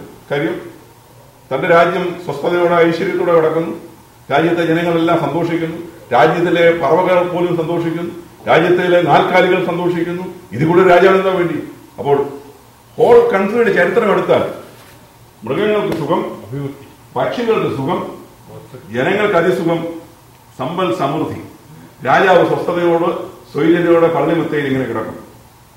ഇത്രയുമായിരുന്നു സ്വപ്നമെന്ന്. പക്ഷേ ഈ വൃക്ഷം അവിടെ അടുത്ത വാക്യത്തിൽ കിടക്കയിൽ വെച്ച് എനിക്കുണ്ടായ ദർശനത്തിൽ, അപ്പോൾ ഇവിടെ കൊണ്ട് ദർശനം കഴിഞ്ഞില്ല. ഒരു വൃക്ഷം കണ്ടു, അവിടെ കൊണ്ട് തീർന്നില്ല. കിടക്കയിൽ വെച്ച് എനിക്കുണ്ടായ ദർശനത്തിൽ ഒരു ദൂതൻ, ഒരു പരിശുദ്ധൻ തന്നെ സ്വർഗത്തിൽ നിന്ന് ഇറങ്ങി വരുന്നത് ഞാൻ കണ്ടു. അപ്പോൾ അടുത്ത കാഴ്ച, ഒരു ദൂതൻ ഇറങ്ങി വരുന്നു. ഈ ദൂതൻ ഇറങ്ങി വന്നത് സ്വർഗത്തിൽ നിന്നാണെന്ന് രാജാവ് തിരിച്ചറിഞ്ഞു. സ്വർഗത്തിൽ നിന്ന് ഇറങ്ങി വരുന്നു. അവനൊരു പരിശുദ്ധനാണെന്ന് ഈ രാജാവ് മനസ്സിലാക്കി. ഒരു പരിശുദ്ധ ദൂതൻ ഇറങ്ങി വരുന്നു. രാജാവ് ഈ ദൂതൻ സ്വർഗത്തിൽ നിന്നും ഇറങ്ങി വരുന്നു. അതും രാജാവ് കണ്ടു. ദൂതൻ ഇറങ്ങി വന്നിട്ട് അടുത്ത 14 വാക്യം വിളിച്ചു. വൃക്ഷം വെട്ടിയിട്ടു, അതിന്റെ കൊമ്പ് മുറിച്ചു, ഇല ഉടച്ചു, കായ് ഇറച്ചി കളകി. അതിന്റെ കീഴിൽ നിന്ന് മൃഗങ്ങളും കൊമ്പുകളിൽ നിന്ന് പക്ഷികളും പോയിക്കൊള്ളട്ടെ. അതിന്റെ താഴ്വേരോ വയലിലെ ഇളംപുല്ലിൽ ഇരുമ്പും താമ്രവും കൊണ്ടുള്ള ബന്ധനത്തോടെ ഭൂമിയിൽ വെച്ചേക്കുകയും അവൻ ആകാശത്തിലെ മഞ്ഞ് കൊണ്ട് നനയട്ടെ. അവൻ മൃഗങ്ങളോടുകൂടെ നിലത്തെ ഉപജീവനമായിരിക്കട്ടെ. അവന്റെ മാനുഷ സ്വഭാവം മാറി മൃഗസ്വഭാവമായി തീരട്ടെ. അവന് 7 കാലം കഴിയട്ടെ. അത്യുന്നതനായവൻ മനുഷ്യരുടെ രാജ്യത്തിന്മേൽ വാഴുകയും അതിനെ തനിക്ക് ബോധിച്ചവന് കൊടുക്കുകയും മനുഷ്യരിൽ അധമനായ അതിന്മേൽ വാഴിക്കുകയും ചെയ്യുന്നുവെന്ന് ജീവനോടിരിക്കുന്നവർ അറിയേണ്ടതിന് ഈ വിധി ദൂതന്മാരുടെ നിർണയവും കാര്യം വിശുദ്ധന്മാരുടെ കൽപ്പനയുമാകുന്നു. നോക്കണം, നിങ്ങൾ ആ വാക്യം വായിച്ചു വരുമ്പോൾ ഭാഷ മാറുന്നു. ഇതെന്തിന്റെ ദർശനം എന്തോ? വൃക്ഷമാണ്. വൃക്ഷത്തെ കുറിച്ച് പറഞ്ഞു വന്നു കഴിഞ്ഞ് ചിലപ്പം കഴിഞ്ഞപ്പോൾ ഇടയ്ക്ക് വെച്ച് അത് ആ വൃക്ഷം എന്നുള്ളത് മാറ്റിയിട്ട് അവനെന്ന് അവനെന്നുള്ളത് ഒരിക്കലും എന്തിനെ വിളിക്കാറില്ല, വൃക്ഷത്തെ വിളിക്കാറില്ല. അപ്പോൾ ദൂതൻ വിളിച്ചു പറയുന്നത് എന്താണ്? ദൂതൻ വിളിച്ചു പറയുന്നു, അവനെ ഉച്ചത്തിൽ വിളിച്ചു പറഞ്ഞത് വൃക്ഷം വെട്ടിയിട്ട് അതിന്റെ കൊമ്പ് മുറിച്ച് ഇല കുടഞ്ഞ് കായ ചിതറിച്ച് കളയും. വൃക്ഷം വെട്ടിയിട്ടാൽ മാത്രമായിരുന്നെങ്കിലും സഹിക്കരുത്. വൃക്ഷം വെട്ടിയിടണം, കൊമ്പുകൾ മുറിച്ചു കളയണം, അതേലുള്ള കായ ചെതറിച്ച് കളയണം, അതിലെ ഇല മുഴുവൻ എന്ത് ചെയ്യണം? കുടഞ്ഞു കളയണം. എന്ന് പറഞ്ഞാൽ ഒന്നായി നിന്ന ഈ ട്രീ ചെതറിച്ച് കളയുകയാണ്, ഛിന്നഭിന്നമായി പോവുകയാണ്. ഫലങ്ങൾ ചിതറുന്നു, ഇലകൾ ചിതറുന്നു, കൊമ്പുകൾ ചിതറുന്നു, തായ്തടി വെട്ടേറ്റ് മുറിഞ്ഞു കിടക്കുന്നു. ആകെപ്പാടെ മനോഹരമായ ഈ ഉയരം കൂടിയതായ ഈ ട്രീ നിന്നിടത്ത് ആകെ ഉള്ളത് ഒരു കുറ്റി മാത്രമാണ്. ദൂതൻ കുറ്റിയൂടെ മാന്തി കളഞ്ഞേക്കാൻ പറഞ്ഞു. അപ്പോൾ അതിനകത്ത് എന്തോ അർത്ഥമാണ്. മാന്തികള കുറ്റിയൂടെ പോട്ടെ, കുറ്റിയൂടെ മാന്തി കളഞ്ഞാൽ അതുപോലും വേര് വാക്യങ്ങൾ അങ്ങനെയാണ്. വേര് പോലും ശേഷിക്കില്ലെന്ന് പറഞ്ഞ പോലെ. അപ്പോൾ വേര് പോലും ശേഷിക്കാതെ മാന്തി ആ കുറ്റിയൂടെ എടുത്ത് കളയുകയും എന്ന് ദൂതൻ പറഞ്ഞില്ല.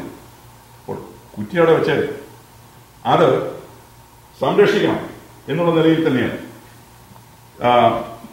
അതിന്റെ തായ് വേരോ വയലിലെ ഇളമ്പുല്ലിൽ ഇരുമ്പും താമ്രവും കൊണ്ടുള്ള ബന്ധത്തോടെ ഭൂമിയിൽ വെച്ചേക്കും എന്ന് പറഞ്ഞാൽ ഒരു കുഴപ്പവും കേടും തട്ടാതെ ഇതിന്റെ തായ് വേര് ഒരു കേടും പറ്റാതെ താമ്രം കൊണ്ടും ഇരുമ്പ് കൊണ്ടും പൊതിഞ്ഞ് എന്ത് ചെയ്യുക?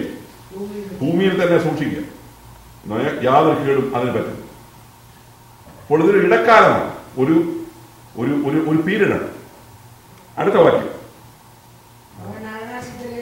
അവിടെ മുതലാണ് അവൻ എന്ത് ചെയ്യട്ടെ? അവൻ ആകാശത്തിലെ മഞ്ഞ് കൊണ്ട് നനയട്ടെ. അവിടെ ഒരു മനുഷ്യന്റെ കാര്യമാണ് പറയുന്നത്. അവൻ ആകാശത്തിലെ മഞ്ഞ് കൊണ്ട് നനയട്ടെ. അവൻ മൃഗങ്ങളോടുള്ള നിലത്തെ പുല്ല് ഉപജീവനമായിരിക്കട്ടെ. ഇതാണ് രാജാവിന് അസ്വസ്ഥതയായ ഭാഗം. സ്വപ്നം മനോഹരമായ ട്രീ കണ്ടു. എന്ത് നല്ല മനോഹരമായ ദർശനമായിരുന്നു. എത്ര രസകരമായ ഒരു ചിത്രമാണ്. പക്ഷികൾ അതിൽ വന്ന് പാട്ട് പാടുന്നു. നിരവധി എല്ലാ വിധത്തിലുള്ള പക്ഷികൾ ഒറ്റ ട്രീ. നമ്മുടെ വായിക്കാതെ അങ്ങനെ ഒരു ട്രീ ഉണ്ടാകുന്നതിൽ കണ്ടുകൊണ്ടിരിക്കാൻ എന്തൊരു സുഖമായിരുന്നു. കാര്യം നമ്മളിങ്ങനെ അത് മാനസികമായ എന്തൊരു സ്വസ്ഥത കിട്ടും. വിവിധ തരത്തിലുള്ള പക്ഷികളെല്ലാം കൂടെ വന്ന് ഒരു വൃക്ഷത്തിൽ വന്നിരുന്ന് പാട്ട് പാടുന്നു, ചിലയ്ക്കുന്നു, അതിന്റെ ശബ്ദം കേൾപ്പിക്കുന്നു. ഇതെല്ലാം കൂടെ കണ്ടുകൊണ്ട് ഇങ്ങനെ നമ്മുടെ ചാരികസേനയിൽ ഇങ്ങനെ അതൊക്കെ കണ്ടുകൊണ്ട് മനോഹരമായി ഇരിക്കുന്ന അതൊരു സുഖം, വളരെ സുഖമായ ഒരു കിടപ്പാണ്.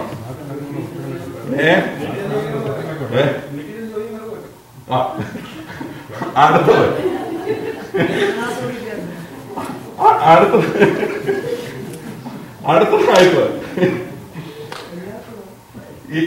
ഈ മനോഹരമായ ദർശനം, ഈ വർഷവും ഇതിന്റെ കാഴ്ചപ്പാടും ഒക്കെ ഇങ്ങനെ കണ്ടുകൊണ്ട് ഇങ്ങനെ സ്വസ്ഥമായി കഴിഞ്ഞപ്പോൾ അന്നേരമാണ് ഈ ദൂതന്റെ വരവ്. ഒരിക്കലും പ്രതീക്ഷിക്കാത്ത ഒരു ദൂതൻ. ഈ ദൂതൻ സാധാരണ ദൂതനുമല്ല, സ്വർഗത്തിൽ നിന്ന് ഇറങ്ങി വന്നത്. ഇതൊരു പരിശുദ്ധ ദൂതനുമാണ്. അപ്പോൾ ഇത് ജാതീയ ദൈവങ്ങളോട് ബന്ധപ്പെട്ട ആളല്ലെന്ന് രാജാവ് വ്യക്തമായിട്ടുണ്ട്. താൻ സേവിക്കുന്ന ദേവന്മാരുടെ ഒന്നും ഇടപാടല്ല, അവരുടെ ഇൻവോൾവ്മെന്റ് അല്ല ഇതിലുള്ളതെന്ന് രാജാവിനറിയാം. അപ്പോൾ ആ ദൂതൻ വന്നേച്ച് ഈ ട്രീ നശിപ്പിച്ചു അല്ലെങ്കിൽ വെട്ടിക്കളഞ്ഞേക്കാൻ പറഞ്ഞു. അദ്ദേഹം ഈ ദൂതൻ എന്ത് ചെയ്തില്ല? ദൂതൻ ചെയ്തില്ല. ദൂതൻ മുറിച്ചു കളയാനൊന്നും പോയില്ല. ദൂതൻ വെട്ടിക്കളയുകയും എന്ന് പറഞ്ഞതേ ഉള്ളൂ. അപ്പോൾ അവന്റെ തായ് വേരോ വയൽ ഇളമ്പുല്ലിൽ ഇരുമ്പും താമ്രവും കൊണ്ടുള്ള ബന്ധത്തോടെ ഭൂമിയിൽ വെച്ചേക്കുകയും അവൻ ആകാശത്തിലെ മഞ്ഞ് കൊണ്ട് നനയട്ടെ. അവന് മൃഗങ്ങളോടുകൂടെ നിലത്തെ പുല്ല് ഉപജീവനമായിരിക്കട്ടെ. അപ്പോൾ അവൻ കാട്ടുമൃഗങ്ങളോടെ പോയി വസിക്കട്ടെ. അവൻ കാട്ടുമൃഗങ്ങൾ തിന്നുന്നത് പോലെ നിലത്തെ പുല്ല് തിന്നട്ടെ എന്ന് ഇത് പറഞ്ഞപ്പോൾ രാജാവിന് ചിന്താക്കുഴപ്പം വർദ്ധിച്ചു. ഇത് ആരുടെ കാര്യമായി പറയുന്നത്? അവനാണ് ഈ വൃക്ഷത്തിന്റെ ഒരു ഭാഗം വിശേഷിക്കുന്നുണ്ട്. ഇതിന്റെ അർത്ഥം എന്താണ്? അപ്പോൾ അവന്റെ മാനുഷിക സ്വഭാവം മാറി മൃഗസ്വഭാവമായി തീരട്ടെ. അവന് 7 കാലം കഴിയട്ടെ. 7 കാലം എന്ന് പറഞ്ഞാൽ 7 വർഷം. 7 വർഷം കഴിയട്ടെ. അടുത്തത് 17-ാം വാക്യം. അത്യുന്നതനായവൻ മനുഷ്യരുടെ രാജത്വത്തിന്മേൽ വാഴുകയും അതിനെ തനിക്ക് ബോധിച്ചവന് കൊടുക്കുകയും മനുഷ്യരിൽ അധമനായവനെ അതിന്മേൽ വാഴിക്കുകയും ചെയ്യുന്നു എന്ന് ജീവനോടിരിക്കുന്നവർ അറിയേണ്ടതിന് ഈ വിധി ദൂതന്മാരുടെ നിർണയവും കൽപ്പനയുമാവും. അതായത് രാജാക്കന്മാരുടെ കൽപ്പന പുറപ്പെടുന്നത് വിധി സത്യമാവും എന്ന് പറഞ്ഞതുപോലെ കർശനമായി നടക്കുമെന്നുള്ള നിലയിലാണ് ഇതിന്റെ അവസാനിപ്പിക്കുന്നത്. അപ്പോൾ അതിന്റെ അവസാനത്തേക്ക് നമ്മൾ വരുമ്പോൾ അത്യുന്നതനായ ഈ 7 വർഷം കൊണ്ട് ഇവനൊരു കാര്യം മനസ്സിലാക്കും. അത്യുന്നതനായവൻ ഇതിന്മേലെല്ലാം വാഴുന്നു. ഒരർഹതയുമില്ലാത്തവന് അവൻ എന്ത് കൊടുക്കും? സിംഹാസനം കൊടുക്കും എന്ന് തിരിച്ചറിയുന്ന ഒരു കാലം വരും. അത് 7 വർഷം. 7 വർഷം കൊണ്ട് ഇവൻ തിരിച്ചറിയും. അപ്പോൾ 7 വർഷം കൊണ്ട് അതിന്മേൽ ഇവൻ കാര്യങ്ങൾ തിരിച്ചറിയും. ഇത് ദൂതന്മാരുടെ നിർണയവും കാര്യം വിശുദ്ധന്മാരുടെ കൽപ്പനയുമാവും. 18-ാം വാക്യം കൊണ്ട് വായിച്ചാൽ അവസാനിപ്പിക്കാം. നെബൂഖദ്നേസർ രാജാവായ ഞാൻ ഈ സ്വപ്നം കണ്ടു. എന്നാൽ ബെൽഷസ്സരേ, എന്റെ രാജ്യത്തിലെ വിദ്വാൻമാർക്ക് ആർക്കും അതിന്റെ അർത്ഥം അറിയിക്കുവാൻ കഴിയായികൊണ്ട് നീ അതിന്റെ അർത്ഥം അറിയിച്ചു തരണം. വിശുദ്ധ ദേവന്മാരുടെ ആത്മാവ് നിന്നിലുള്ളത് കൊണ്ട് നീ അതിന് പ്രാപ്തനാവും. അപ്പോൾ നെബൂഖദ്നേസറിന് വളരെ 100% കോൺഫിഡൻസ് ആണ് വ്യാഖ്യാനം പറയാൻ ആരെ കൊണ്ട് പറ്റും. കാര്യം ഇതിനേക്കാൾ സങ്കീർണമായ സ്വപ്നത്തിന് വ്യാഖ്യാനം ദാനിയേൽ പറഞ്ഞതാണ്. കാര്യം രാജാവ് കണ്ടു മറന്നുപോയതായ സ്വപ്നത്തിന്റെ സ്വപ്നവും അർത്ഥവും രാജാവിനോട് ദാനിയേൽ പറഞ്ഞു കേൾപ്പിച്ചതാണ്. അപ്പോൾ ഇവിടെ സ്വപ്നം വളരെ ഭംഗിയായിട്ട് ഒന്നും വിട്ടുപോകാതെ വിശദമായി സ്വപ്നമാരുടെ മുമ്പിൽ അവതരിപ്പിച്ചു. ദാനിയേലിന്റെ മുമ്പിൽ അവതരിപ്പിച്ചു. അപ്പോൾ ദാനിയേൽ, നീ നിനക്ക് പറ്റും, നിന്നെ കൊണ്ടത് പറ്റും ഇതിന്റെ അർത്ഥം പറഞ്ഞു തരുവാൻ. എന്താണ് ഇതിന്റെ അർത്ഥമെന്ന് പറഞ്ഞു തരുവാൻ നിന്നെ കൊണ്ട് സാധിക്കും എന്ന് എനിക്ക് നല്ല ഉറപ്പാണ്. അതുകൊണ്ട് നീ ഇതിന്റെ അർത്ഥം പറഞ്ഞു തരണം എന്ന് രാജാവ് ദാനിയേലിനോട് കൽപ്പിക്കുക. അടുത്ത വാക്യം നമുക്ക് ചിന്തിപ്പാൻ സമയമില്ല, ഞങ്ങൾ അവസാനിപ്പിക്കുകയാണ്. അപ്പോൾ ബെൽഷസ്സർ എന്ന പേരുള്ള ദാനിയേൽ കുറെ നേരത്തേക്ക് സ്തംഭിച്ചിരുന്നു. അവൻ വിചാരങ്ങളാൽ പരവശനായി. രാജാവ് അവനോട്, ബെൽഷസ്സരേ, സ്വപ്നവും അതിന്റെ അർത്ഥവും നിമിത്തം നീ പരവശനാകരുതേ എന്ന് കൽപ്പിച്ചു. നമുക്കവിടെ അവസാനിപ്പിക്കും. ഇത് രാജാവ് പറഞ്ഞതായ സ്വപ്നം. രാജാവ് പറഞ്ഞ സ്വപ്നത്തിന്റെ വ്യാഖ്യാനം ആരുടെ ഉള്ളിലുണ്ട്? ദാനിയേലിന്റെ ഉള്ളിലുണ്ട്. പക്ഷെ സ്വപ്നം കേട്ടതായ സമയത്ത് ദാനിയേൽ രാജസന്നിധിയിൽ ഭ്രമിച്ചു. കാരണം ഇതിന്റെ വ്യാഖ്യാനം എന്ന് പറയുന്നത്, ഇതിന്റെ അർത്ഥം എന്ന് പറയുന്നത് ഒരു സുഖമുള്ള വ്യാഖ്യാനമല്ലത്. വളരെ സീരിയസ് ആണ്. നേരത്തെ കണ്ടതെന്ന് പറയുന്നതിനേക്കാൾ സീരിയസ് ആണ്. നേരത്തെ കണ്ടതിനകത്ത് രാജാവ് പൊന്നുകൊണ്ടുള്ളതായ രൂപം നീ കണ്ടു. രാജാവ് പൊന്നുകൊണ്ടുള്ള തല, അത് അങ്ങ് തന്നെയാണ്. വളരെ സുഖമാണ്. രാജാവിന്റെ കാലശേഷം ഈ കാര്യങ്ങളൊക്കെ സംഭവിക്കുന്നതുകൊണ്ട് രാജാവിനൊന്നും സംഭവിക്കുന്നില്ല. നെബൂഖദ്നേസർ രാജാവിന് യാതൊന്നും ആ സ്വപ്നത്തിൽ സംഭവിക്കുന്നില്ലായിരുന്നു. തന്റെ സാമ്രാജ്യം മാറിപ്പോവും, അത് വേറൊരു കാര്യം. എന്നാൽ ഈ സ്വപ്നത്തിന്റെ വ്യാഖ്യാനം എന്ന് പറയുന്നത്, തന്റെ മുമ്പിലിരിക്കുന്ന രാജാവ് സിംഹാസനത്തിൽ സുഖത്തോടെ സ്വസ്ഥതയോടെ ഒരല്ലിലും അലട്ടുമില്ലാതെ ഉറങ്ങാൻ ഒരു കുഴപ്പവുമില്ലാതെ കിടന്ന രാജാവ് അടുത്ത ദിവസം, തൊട്ടടുത്ത 24 hours എന്നല്ല ഞാൻ ഉദ്ദേശിക്കുന്നത്, അടുത്ത് തന്നെ രാജാവ് കൊട്ടാരം വിട്ട് ഇറങ്ങാൻ പോവുകയാണ്. രാജാവ് കൊട്ടാരം വിട്ട് ഇറങ്ങുന്നത് നേരെ പ്രജകളുടെ വീട്ടിലോട്ട് പോയി താമസിക്കാനല്ല. രാജാവ് കൊട്ടാരം വിട്ട് ഇറങ്ങുന്നത് ഈ വൃക്ഷത്തിന്റെ കീഴിൽ ആര് തണൽ തേടി വന്നോ ആ മൃഗങ്ങളുടെ കൂടെ പോയി താമസിക്കാൻ പോവുകയാണ്. അവിടെ കൊണ്ട് അവസാനിക്കുന്നില്ല. ഈ മൃഗങ്ങളുടെ കൂടെ പോയി അവ എന്ത് തിന്നുന്നോ ആ പുല്ല് നിന്ന് ജീവിക്കാൻ പോവുകയാണ്. ഈ മൃഗങ്ങൾക്ക് എന്ത് അഭയം നൽകുന്നോ അവിടെ പോയി ഇദ്ദേഹത്തിന് അഭയം കിട്ടും. മഞ്ഞ്, മഴ, വെയില്, മൃഗങ്ങൾ സഹിക്കുന്നതെല്ലാം ഈ രാജാവ് സഹിക്കാൻ പോവുകയാണ്. കൊട്ടാരത്തിൽ, ബാബിലോൺ കൊട്ടാരത്തിൽ വാണരുളുന്ന നെബൂഖദ്നേസർ രാജാവിന്റെ മുമ്പിൽ ഈ വ്യാഖ്യാനം പറയുക എന്ന് പറഞ്ഞാൽ മാനുഷികമായ നിലയിൽ വളരെ ബുദ്ധിമുട്ടുണ്ടെന്ന് നോക്കണം. രാജാവ് കൊല്ലുന്നോ നിന്നുന്നോ അല്ല വിഷയം. എന്നാൽ പറഞ്ഞു കേൾപ്പിക്കുന്നു, രാജാവ് ഇതാണ് സംഭവിക്കാൻ പോകുന്നത്. അല്ലാതെ സ്വപ്നത്തിന്റെ അർത്ഥം അറിയാഞ്ഞിട്ടല്ല ദാനിയേൽ പരവശനായിരിക്കും. സ്വപ്നത്തിന്റെ അർത്ഥം അറിഞ്ഞതുകൊണ്ടോ? ഇന്നതാണ് സംഭവിക്കാൻ പോകുന്നത് രാജാവ്, അങ്ങേക്ക് വരാൻ പോകുന്നത് ഇന്നതാണ് സംഭവിക്കാൻ പോകുന്നത്.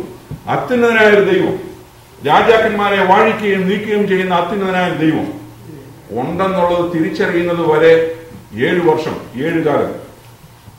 ആ സമയം കൊണ്ട് നിനക്ക് വരാൻ പോകുന്ന ന്യായവിധി, നിനക്ക് വരാൻ പോകുന്നതായ വ്യത്യാസങ്ങൾ, നിന്റെ ശരീരത്തിൽ സംഭവിക്കാൻ പോകുന്ന മാറ്റങ്ങൾ, ഇതൊക്കെ വളരെ വ്യക്തമായി ദൈവാത്മാവ് വെളിപ്പെടുത്തി കൊടുക്കുകയാണ്. എന്റെ വാക്കുകളെ ഞാൻ അവസാനിപ്പിക്കുന്നു. ഞാൻ ആരംഭിച്ച ഭാഗത്തേക്ക് വീണ്ടും വരുന്നു. നാം ദൈവസന്നിധിയിൽ നമുക്കെല്ലാം പാപ സ്വഭാവം നമ്മളെല്ലാവരും ഉണ്ടെന്ന് നമുക്കറിയാം. നാം ജഡത്തിലാണ് വസിക്കുന്നത്. എന്നാൽ നിഗളമെന്ന് പറയുന്ന അഹങ്കാരം എന്ന് പറയുന്നത് നമ്മളിൽ വെച്ചു പുലർത്തുവാൻ നാം ഒരു കാരണവശാലും ദൈവസന്നിധി ചെലവാക്കാൻ ശ്രമിക്കരുത്. ദൈവം വളരെ കർശനമായി പറഞ്ഞേക്കുന്ന വിഷയമാണ്. ദൈവം അഹങ്കാരികളോട്, നിഗളുകളോട് ദൈവം എതിർത്ത് നിൽക്കുന്നു. അവരുമായിട്ട് യാതൊരു കോംപ്രമൈസിനും കാര്യം അവരുടെ ആറ്റിറ്റ്യൂഡ്, അവരുടെ മനോഭാവം എന്ന് പറയുന്നത് അവർക്ക് ദൈവത്തെ വേണ്ടെന്നുള്ളതാണ്. ദൈവത്തെ കൂടാതെ കാര്യങ്ങൾ ചെയ്യാൻ ഞങ്ങൾക്ക് കഴിയും എന്നുള്ളതാണ്. ദൈവത്തിന്റെ ആശ്രയബോധം അവർക്ക് ആവശ്യമില്ല. ആ നിലവാരത്തിൽ ജീവിക്കുന്നവരാണ് നാം. അങ്ങനെയായി തീരുവാൻ ദൈവം നമുക്ക് ഇടയാകരുത്. ദൈവസന്നിധി വിനയമുള്ളവരായി, ദൈവത്തിന് മഹത്വം കൊടുക്കുന്നവരായി, ദൈവം അർഹിക്കുന്ന മാനവും മഹത്വവും പുകഴ്ചയും ദൈവത്തിന് കൊടുക്കുന്നവരായി ജീവിപ്പാൻ ദൈവം നമുക്ക് ഇടയാക്കുമാറാകട്ടെ. ഞാൻ പ്രാർത്ഥിക്കുന്നു. ദൈവമായ കർത്താവ് നമ്മെ സഹായിക്കുമാറാകട്ടെ. കാര്യം